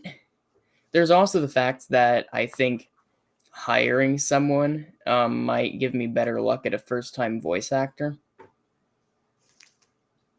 I don't mean okay, I just realized I worded that wrong. It will give me better luck at getting a good voice actor at first. Okay. Which, as good as Mean Girl is, and most of us have actually gotten to be pretty good, we'd be kidding ourselves if we said a lot of you debuted as voice actors in that show. You didn't because you were in Senecanov beforehand, but yeah. God, I hate how you keep bringing that one up. Yeah, I did. Yes, my first and for a long time last. but like for instance, Mutant Girl, right? The most recent thing in voice acting was also Mutant Girl, actually, wasn't it? My most recent was it? I think so. I think it was, yes. It might have been for Aiden. Oh, okay. But no, for Mutant Girl and stuff, right? I mean, we've all gotten to be pretty decent voice actors, but I think we'd be kidding ourselves if we said there wasn't a learning curve. Yeah, I mean, you did just ask at the beginning of this stream if you emulated the Pete voice from back in the day. Maybe if you didn't, that might be a sign of your improvements, Well, yeah, but I need his voice, at least the pitch to sound about right, though. That's true, but remember, you said that with Darius, you ended up even going higher afterwards. Well, yeah, for Darius, he was always intended to be a lot younger than me. Pete, however, was always roughly the same age. So I tried keeping his voice more in line with mine, whereas Darius, I went a little more I made like a completely different voice for that dude. Yeah. Yeah, fair enough. Which, by the way, if I do a Dear Diary for Poppy Love, it's not going to have much. It's not going to have much dialogue. It'll just be like Nathan Playing Candy drawing a Crush. picture of Darius's abs or something. You should have done that for April Good Fools. question. Why am I still playing Candy Crush? Puppy Love episode 3, and it's just a speed paint. Of course. See, that's the thing that Shorty could do very well. Oh, but yeah. So I think he's pretty obsessed with them. Yeah. Next, there's. She's very fussy about everything and likes everything in a certain order. I would sing the Mutant Girl song, but I'm not going to right now. Yeah, there's a music video that like came before the series and inspired a lot of the plot points that came after and when it was turned to an actual show. Anyway. Wait, what? Have you never seen the Mutants music video? Yeah, I'm gonna watch it. Thank you. Off the top of my head, I can't remember this. I will say I still like some of those designs better. You're the only person to have ever said that in the history of the planet. Look, man, some of them I can understand the changes, but I forget whose hair I liked better. I think it was Pete's hair, ironically enough, that I liked better in the music video than I do now. So for context, for that music video, the reason that the characters were changed before the show came out was because Jay insisted that they looked too much like the presets that they were based on, which makes sense because it was the second Gacha video I'd ever made in my entire life. So, yeah, absolutely. They, of course, looked too similar to the people that they were originally. And now no one knows this, so the redesigns clearly To work. Art Droid's comment. Which one? Does that have to Art Droid's comment? Oh, have I checked out Snotgo yet? No, sorry, I haven't. Is that in any way related to the How to Train Your Dragon? No. Sad. Like the name I meant. That was just it. We meant to stop her last time. She insisted we stood in alphabetical order. Assuming she knows all of our names, I guess. But anyway, next is Libra. She can't decide on anything. My goodness, this feels like you watched like the Mimi XD like rap battle of the star signs. Oh my god, Mark is giving more movie news. Let's go, baby. Okay, we can go back to the story. I'm great. just very What? excited. I'm very excited. Yeah. I've been waiting for more movie news. Even the members, like Is Michael Afton bald? No, even okay, for the Markiplier upcoming movie. Okay, never mind then. Yeah, I'm quite sarcastic. Yeah, he hasn't even given any information for his members in a while. Is Markiplier the one with green hair? What? No. No. You're thinking of Jacksepticeye several years ago. Yeah, I was okay, that makes sense. At first I was like, oh, that's right. Like that was 2016 Jack. I remember that because that. Right, Maya once asked if Mario was the green one, so it's fine. Yeah. Yeah. Then there's Scorpio. Yeah, 2016 Jack had green hair. We have only seen him at the park. We met him all for met them all for the first time.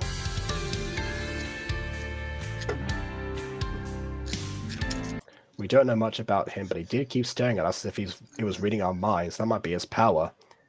You better hope it isn't. He's just Severus Snape. That was him. I will say the reading our minds power I feel is really underappreciated. Mainly because the things that use them always really just like underpower them. I'm gonna throw this out here. There is nothing saying that they only have to read minds of people that are close to them. They could know the plans of their arch nemesis, like while they're at their home base. I'm just saying. I didn't hear any of that. You cut out. I love the way you think, Phoebe. Oh, I was saying. saying. I guess everyone else heard it apparently, so don't worry. Oh, okay. Well, no, I was saying that like if you can read people's minds, no one is saying that they have. There's no rule that makes it so they have to read it like when people are like super close to them. They could be reading people's minds from their home base. Like I feel like that could If they make increase them. the range too much, that means that they have interference with everyone else's minds. They got to make sure they hone it in. Oh yeah, but like if they could hold it into like a specific person, right? Maybe they have to like meet the person first, right? But after that, I feel like they could be like infinitely more powerful than a lot of people with that power Isn't end that up what being. Cerebro's for? I kind of, I guess, yeah. Okay. I never Yeah, thought there about is- that, but yes. The first time I saw like the reading minds power was actually, ironically enough, one of the few Ninja Turtle episodes I've ever watched. Don't ask what version, I don't know. Just I happened think to it be was one. 2012, and I think it was the Rat King. No, I know. Can we not? No, no, no. Oh no, sorry, no, it wasn't the Rat King. Sorry, no. he's the one who controls rats. Sorry, no, it was the guy who made That the makes more monkey mutant. sense. Sorry, it was the guy who made the mutant monkey, and he was like the scientist dude. Yeah, So- that's him. Oh no, he did actually become the Rat King eventually. No, yeah, he is the Rat King. So it is literally the Rat King. So I guess I literally- was right. Okay, yeah, He became Mojo Jojo. Right. yeah. So, He was like a yeah, twist villain in a what- later episode. all I remember is that one of them had to learn not to think, and that was the moral. So Yep. like, Yep, it's a I'm fact. right. That Okay, was the 2012 episode. But didn't also April O'Neil read minds because she read like the Crane's minds in one episode? April O'Neil had a couple powers, yeah. What?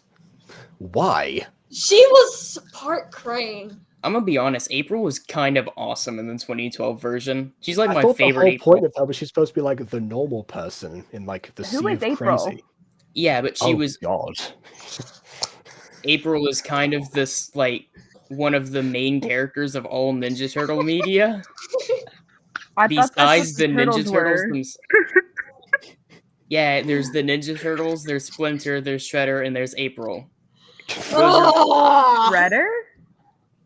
Have you never watched anything involving Ninja Turtles or read anything involving it?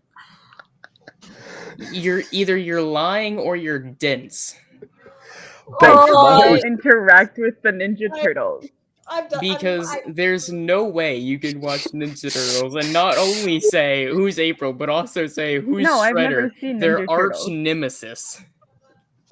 Well, no, I've seen one movie from the Ninja Turtles. The Shredder is the main person they fight every time. Even like- except for the 2000, I think, 8 like CGI film, and even then they had his armor in the very beginning to show that he was a past villain of theirs. Even then, he made at least a cameo. And 2003 doesn't really have Shredder. Hold on, was that the CGI one? Because that's what I'm No. talking about. The CGI one was made like around 2007, and then there was one, the 2003, where they had Shredder. No, but you're talking the- about the show. You know, Yeah. this was very much me mentioning Ninja Turtle was meant to be like one isolated example here, not a recap of the entire lore of the show and all of its iterations. Look, man, we just weren't, and that would have been the case if Maya just knew something. Well, because I think the only experience I have with the Ninja Turtles, because I just looked it up, might be the 2016 movie. Oh, so Oh no! not an ideal start then. No, Because Alex my Jones. sisters were like, they wanted to go see it, so it was like, okay, cool, family trip to the movies. I I've think I seen the spent most nostalgia of it like overview half of it. asleep. So I know what it's about. Fun fact: I have what the 2014 and 2016 April O'Neil. Oh, okay. That I'm just saying. But no, I do think 2012 April was the best. And you're right, she is supposed to be the normal one, but also the normal April has always been a damsel in distress. Did also isn't her Donatello likes her 2012, right? I remember that. But also in the 2012 version, she was also like OP. Yeah. She could actually, handle her own. Well, except for the first few seasons, but nonetheless, eventually she did like become like actually trained and cool. You know, she can Okay. handle herself, except for the first 3 seasons. This is true, but she had 2 seasons of awesomeness. It's, she basically reminds me a lot of Lois Lane. Well, that's good. Okay, she kind of was at least in the original Turtles, because she was in like the Jumper. Remember? Oh, I got the I mean- Jumper. I mean because they're both journalists and they both get kidnapped constantly. Well, yeah, I know. I'm talking about the original was like a journalist in like a yellow jumper. Yeah, and then like 2003, she wasn't a news reporter in 2003. No, she wasn't in 2012 either. But in 2012, she No. was also still a teenager. Yeah. And that's definitely the version that I saw because I remember the teenage April from that episode. No, you started explaining the episode. And I was like, no, I know what you're talking about. Yeah. And then there's the newest one, which is Rise of. I watched the first couple of episodes and didn't enjoy it. Cool, let's carry on. We don't need to know much about him.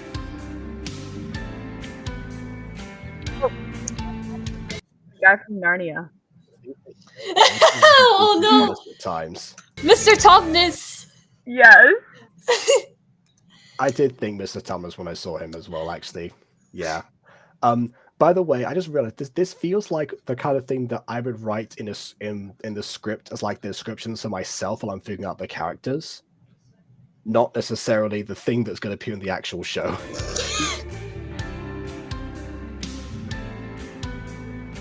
Then there's Capricorn. He thinks he's better than everyone else and a bit impatient. That feels like a copy paste from the last one, but okay. Okay, I just had a bad thought.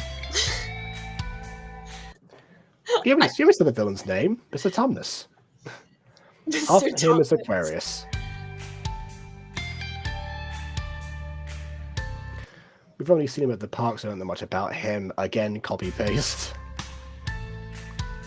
It feels like Eli just going, I haven't thought of these people yet, so let's just put He looks like Jack Frost. Episodes. Yes, Jack Frost. Mhm. Kind of almost like. Oh wait, no, not really. I feel like he's like Jack Frost from. From Jack Frost? Jack Frost from Jack Frost, possibly? No, there was it was like a Christmas special movie that they made with Rudolph the Red-Nosed Reindeer and Santa Claus. Wasn't it called Jack Frost? Yeah, okay. I thought he had a different name. I'm sorry. I'm pretty sure the movie was also called Jack Frost. I know what you mean. The Rankin Bass movie, Jack Frost, starring Jack Frost as Jack Frost. There was also like another movie where he had a brother who's like the son or whatever. Oh, I know what you're talking about as well. I don't know the name of that movie, but I have seen that one too. Yeah. Yeah. Oh god. Yeah. The Rankin Bass cinematic universe was actually one of the inspirations for the Butterverse in terms of structure. The other one was the MCU. I've already established I don't know too much about. I knew enough to. I knew enough about the structure at the time. It was the structure before Phase 4, so that's why. Before Phase 4, yeah. Before Phase 4. Okay, I will say, the Butterverse has one big plus that the MCU doesn't. We don't kill our villains after the first appearance, so they can just keep coming back until we actually just finish their stories. Well, I thought you were going to say the one timeline, but no, you've complained about that constantly to me. Okay, Yeah, no. well, on that note, I haven't eaten today, so I'm gonna go eat. Bye, guys. Okay, bye. Okay, bye. No, they just keep killing their villains, but we don't kill a ton of our villains, at least not the important ones. Dennis in like 2 movies or in special? Oh, he was in way more than 2, at least as a cameo. Yeah. Huh. Interesting. Yeah, but he was like the only one. Yeah. Please don't kill all villains. Give us more villains in more movies. I mean, like more than one appearance. Yeah. Apparently, they haven't always killed their villains, but oh well. It does feel like Aiden was at the helm with that. I was like, I don't know what to do with these people, so I guess they can die. That is legitimately how Aiden gets rid of characters if he can't think of anything else to do for them, because he can't write them out of the show. He has to be like, oh well, if they're around, they got to do something, and if not, they can die. Like, what do you mean? Just have them live their lives and bring them back at another point when you have other ideas, or if not, they can exist out in the world and be free. I feel like there's a lot of instances in which you could kill villains, but in a series in which one of your main forces is the angels and gods, I feel like there's just not very many good reasons to kill a character. Yeah, see, one of the things that I thought was going to be interesting with Fallen Angels was the fact that, of course, most of the characters are immortal. So not only have they been around for a long time, they're going to continue to be around for a long time. So everything that happens now is going to be ramification for us mainly. So like they're fighting like on our behalf, and the changes that they're going to have to deal with right now, they're going to deal with those for eternity. But no, he introduced angelic weapons so the angels can be killed now. Fantastic. I'm so happy about that. Yeah, I will say the gods are beaten in the myths, but never through legitimate killing. They're always beaten. Because They're that always would be beaten. impossible. Yeah, they're always beaten because people use their brains. For instance, Ares, he got beaten at one point, not by getting slit like in the throat, but because he got trapped in like a giant jar like for a little bit. I thought it was a random 12-year-old kid who like happened to have the powers of the ocean and touched a wave and then engulfed him. Of course. Oh god. No, he just got he got like shoved into a jar for a little bit at one point. Mm-hmm. And that's how he was beaten that day. And then one of Athena's most famous defeats was in a weaving competition, for crying out loud. Like, yeah, and arguably one of the reasons for the Trojan War was at least in the middle part where all the godly meetings were happening. Like the gods were always like, "But Zeus, what do you mean?" And Zeus is like, "You can't do anything to me." And they're all like, "Oh, you're so right. Let's just go harm your favorite mortals then instead." And that was always what ended up either driving Zeus forward or driving him back, because then it's like, okay, well, they can't just stab me, but they can harm those that actually matter to me, as few of those there are. Heracles being a prime example. Yeah. Yeah. Well, I gotta go. My dinner is ready, so I'm gonna go and eat. Oh, all right. Bye. Bye. Thanks for having me here. All right. Thank you for joining. No problem. KW's channel, which I will link to Maya later because I forgot about that. Anyway, is we still have Key and Fallen as the villain? Yes, we do have Key as Fallen. There, we do have Key as villain in Fallen Angels, so she is stuck around. Yes, this is very much true. Anyways, we've only seen them in the. And lastly, is Pisces. Wow, we're almost done with the video. She is quite sensitive about everything. AK written by Johnny. When we last saw her, we politely asked her to stop, and she ran away and burst into tears. Again, would have been funny to see. Also is very much a 5-year-old thing to do. Mm-hmm. Well, we don't know if the villains are 5, we know the heroes are 5. I would imagine the heroes have to be 5 if we're assuming that they're equal, like, balanced. Well, remember that the Super Pops were busy, so they were going to be sent first. The Super Pops are teenagers in canon. So, okay then. Yeah. Okay, never mind. That's all we know about the Zodiacs so far. Unless they were too busy to deal with them, and it wasn't that they were normally busy, it's that they had better things to do than to beat up 5-year-olds. They were like, you know what, Majesty? You've kind of like drafted us. You broke into each of our houses and like place of education. You uprooted our entire existence and sent us to boarding school. We're going to see this one out. Thank you very much. Anyway, there's certainly an interesting group of villains to fight. Why do you keep reading the book and telling us these things, though? Because remember, this is tell, don't show for now, and then it will become show later. Okay. And then we will probably see a lot more of them in the future. Especially the ones that weren't around. I scrolled back by accident. I feel like I was just winked at. But anyway, I must do other things now. Lots of love, Winter Pop from the past. I guess we're not cutting back to Winter Pop from the present anymore. Okay. Alright. And Josh says that was some good important villain info. I disagree, because we saw a few of those already. We're going to meet the villains. Eli said we're going to meet the other villains later anyway and get more details about them. So really, we don't.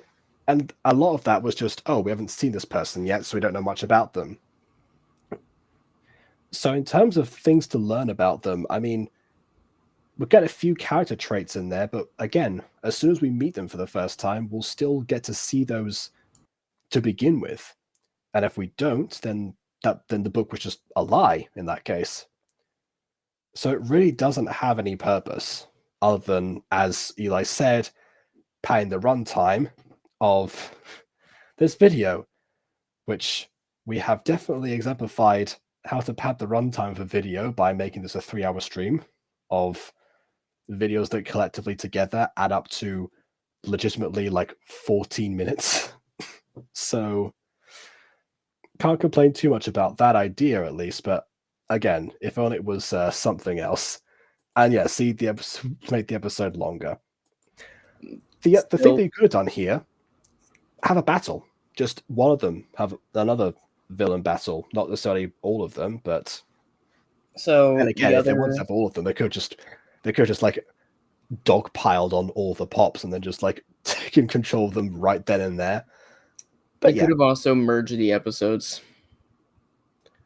Oh, you mean like the first two? I mean, maybe not, because I mean, again, maybe okay, fine. Maybe you don't have to like merge the like exact scripts, but I would like if that was really an issue to you, you could have just taken like scenes and elements and just swap some names around, a couple motivations. You'll have about the same thing.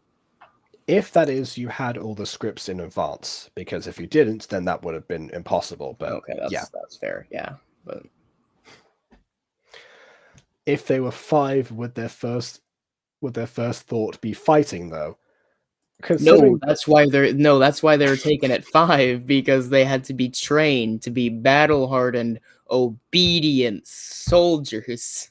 Mm-hmm. Okay, first of all, 5-year-olds are exposed to superheroes all the time, so they know about that principle. Like, but also the villains aren't 5.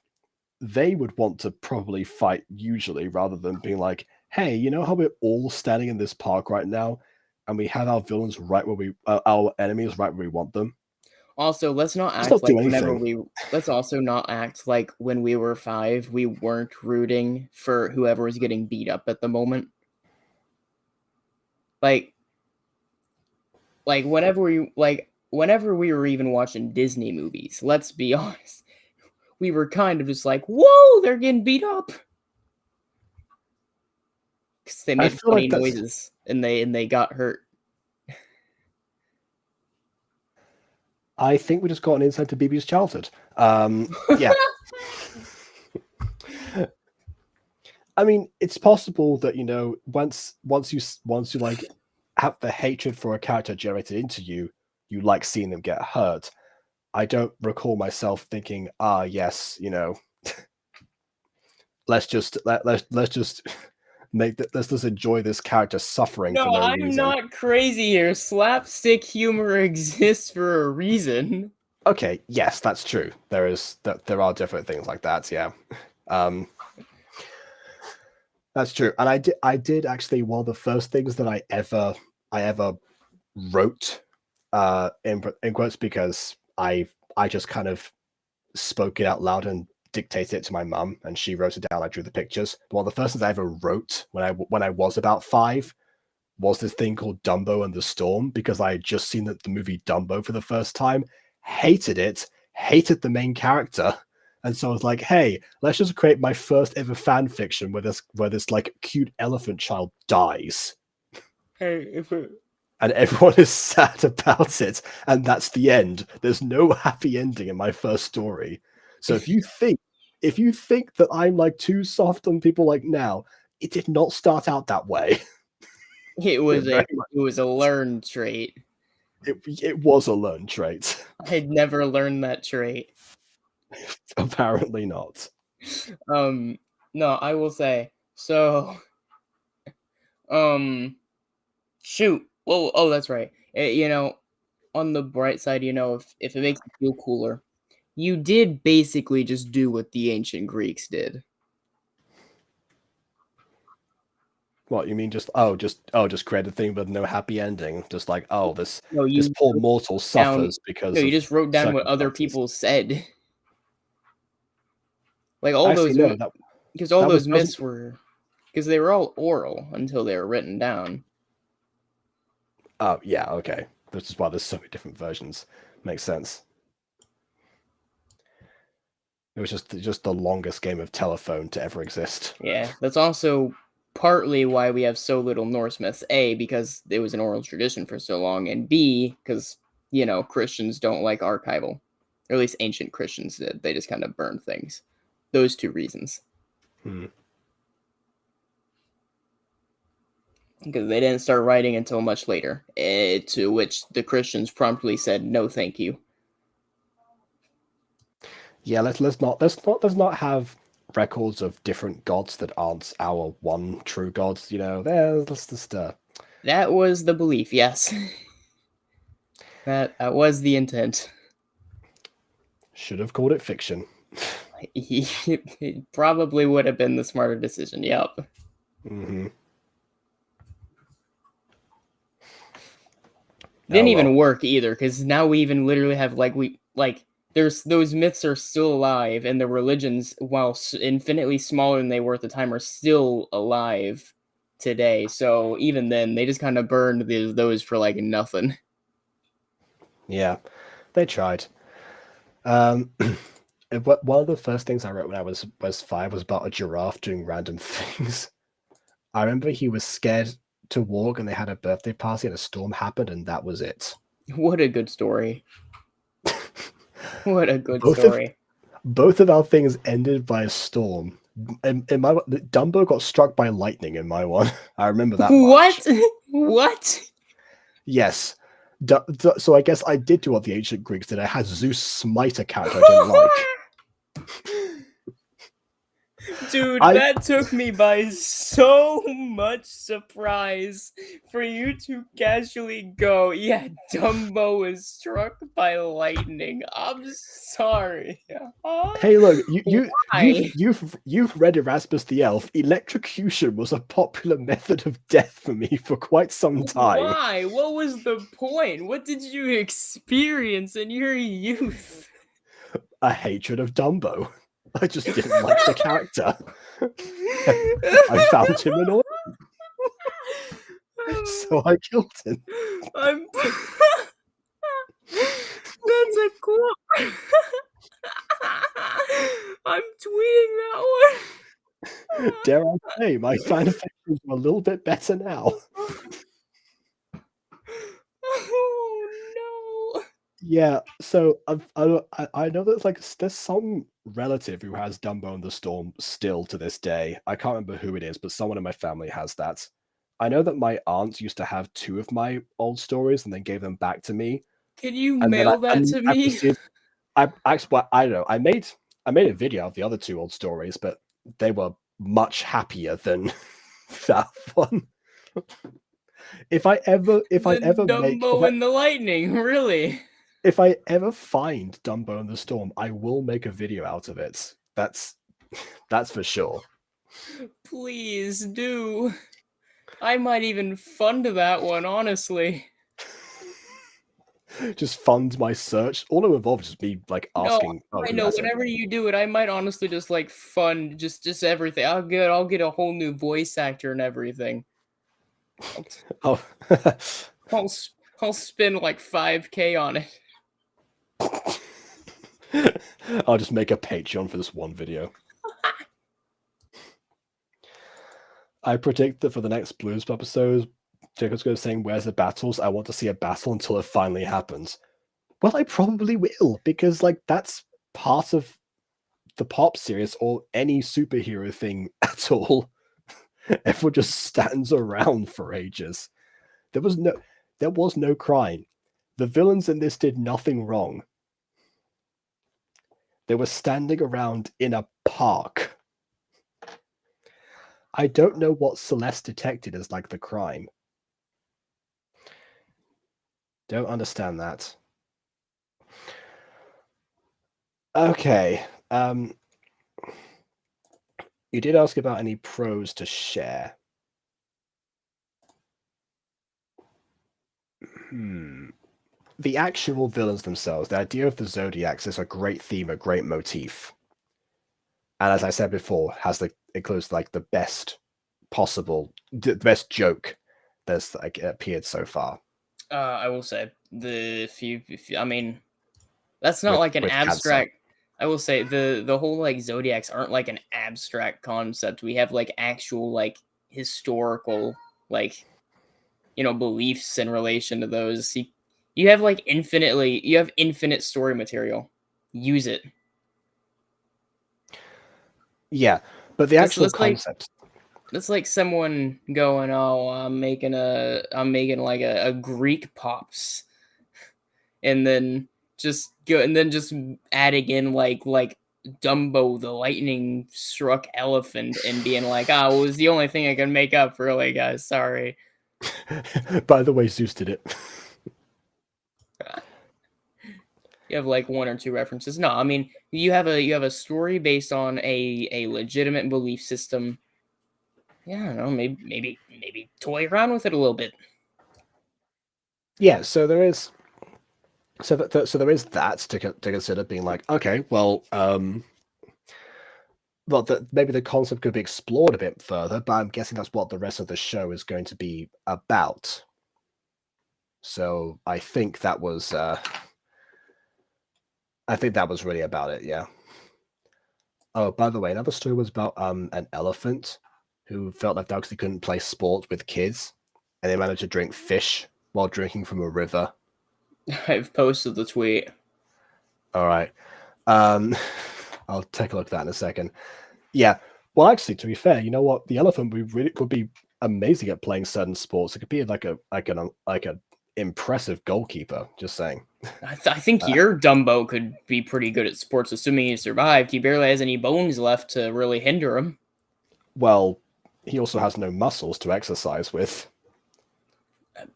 I'm not gonna lie, I do recall, like, there's like the vaguest thought in my mind of me either drawing Dumbo's skeleton or a pile of ash. My God. Don't think there was much left to play sport with either way. Dude, why did you develop such a hatred for Dumbo? I mean, what irked you? Why did you just like when you were sleeping in bed? What really just struck you besides lightning to go? You know what? What if I just place a hit on the flying elephant? Why don't I? I actually have no idea. You know what? I have not seen Dumbo since I was that age. I hadn't even seen like the live action remake or anything. Can you rewatch it and then give us a review on if you still hate him? You know what? Sure. Why not? See if it like rebubbles some old feelings, some old memories of striking him down. Yeah. You're gonna have to make videos out of your old stories one day. Yeah, like that video that I did, surprisingly didn't actually do as well as I thought, but it was still fun at the very least. It was still fun to look back and be like, oh wow, okay, so I just literally just plagiarized the Berenstain Bears twice, and also predicted the plot of Pixar's Cars, which became my favorite movie when it came out in cinemas literal months after I wrote that book.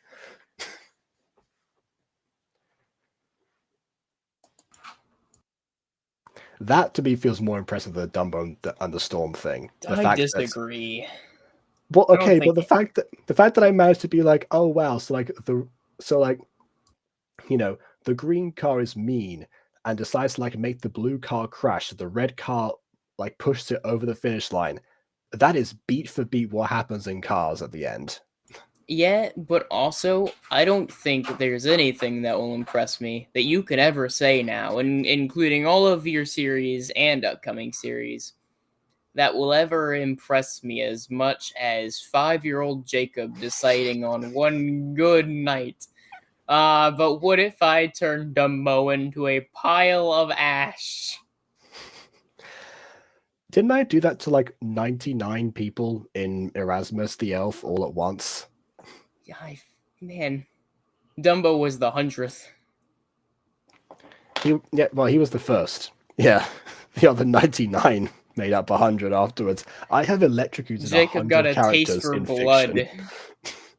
Jacob got a taste for blood after Dumbo and hunted down to get a more even number.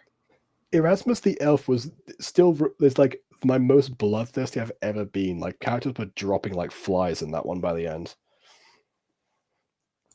My man made the rapture happen.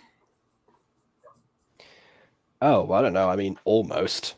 There was an entire palace that shot into the stratosphere, crumbled, and then the pieces like fell down from the sky like meteors. So yeah. Yep, there is that. And that's And how yes. the dinosaurs died. You know what? Actually, having dinosaurs raptors would have been pretty cool. I regret not doing that now. A village of raptors. Well, I mean, I don't know. He was trying to recruit people to take down Black Gwen, so I like to think, I don't know if you've seen this character, but Spider-Man has this villain. He's real obscure, but his whole thing is that he wants to turn people into dinosaurs. I have not seen this character. And he himself is a raptor. Sorry. He might actually be like a pterodactyl. I don't know. He's the flying one that everyone knows about. He's like an iconic one. Hit the pterodactyl. That would have been pterodactyl. Yeah. Yeah, and that's his whole thing. This sounds like Koopa from the Mario Brothers movie, the 1993 one. Oh, although yeah. I will say, except this dinosaur obviously was human, became dino. So logically, he has to have like a brain, can human like speak English and all that. So that's essentially what I'm picturing a village of right now. And that is what I'm now picturing Erasmus recruiting. Just a bunch of bipedal like pterodactyls.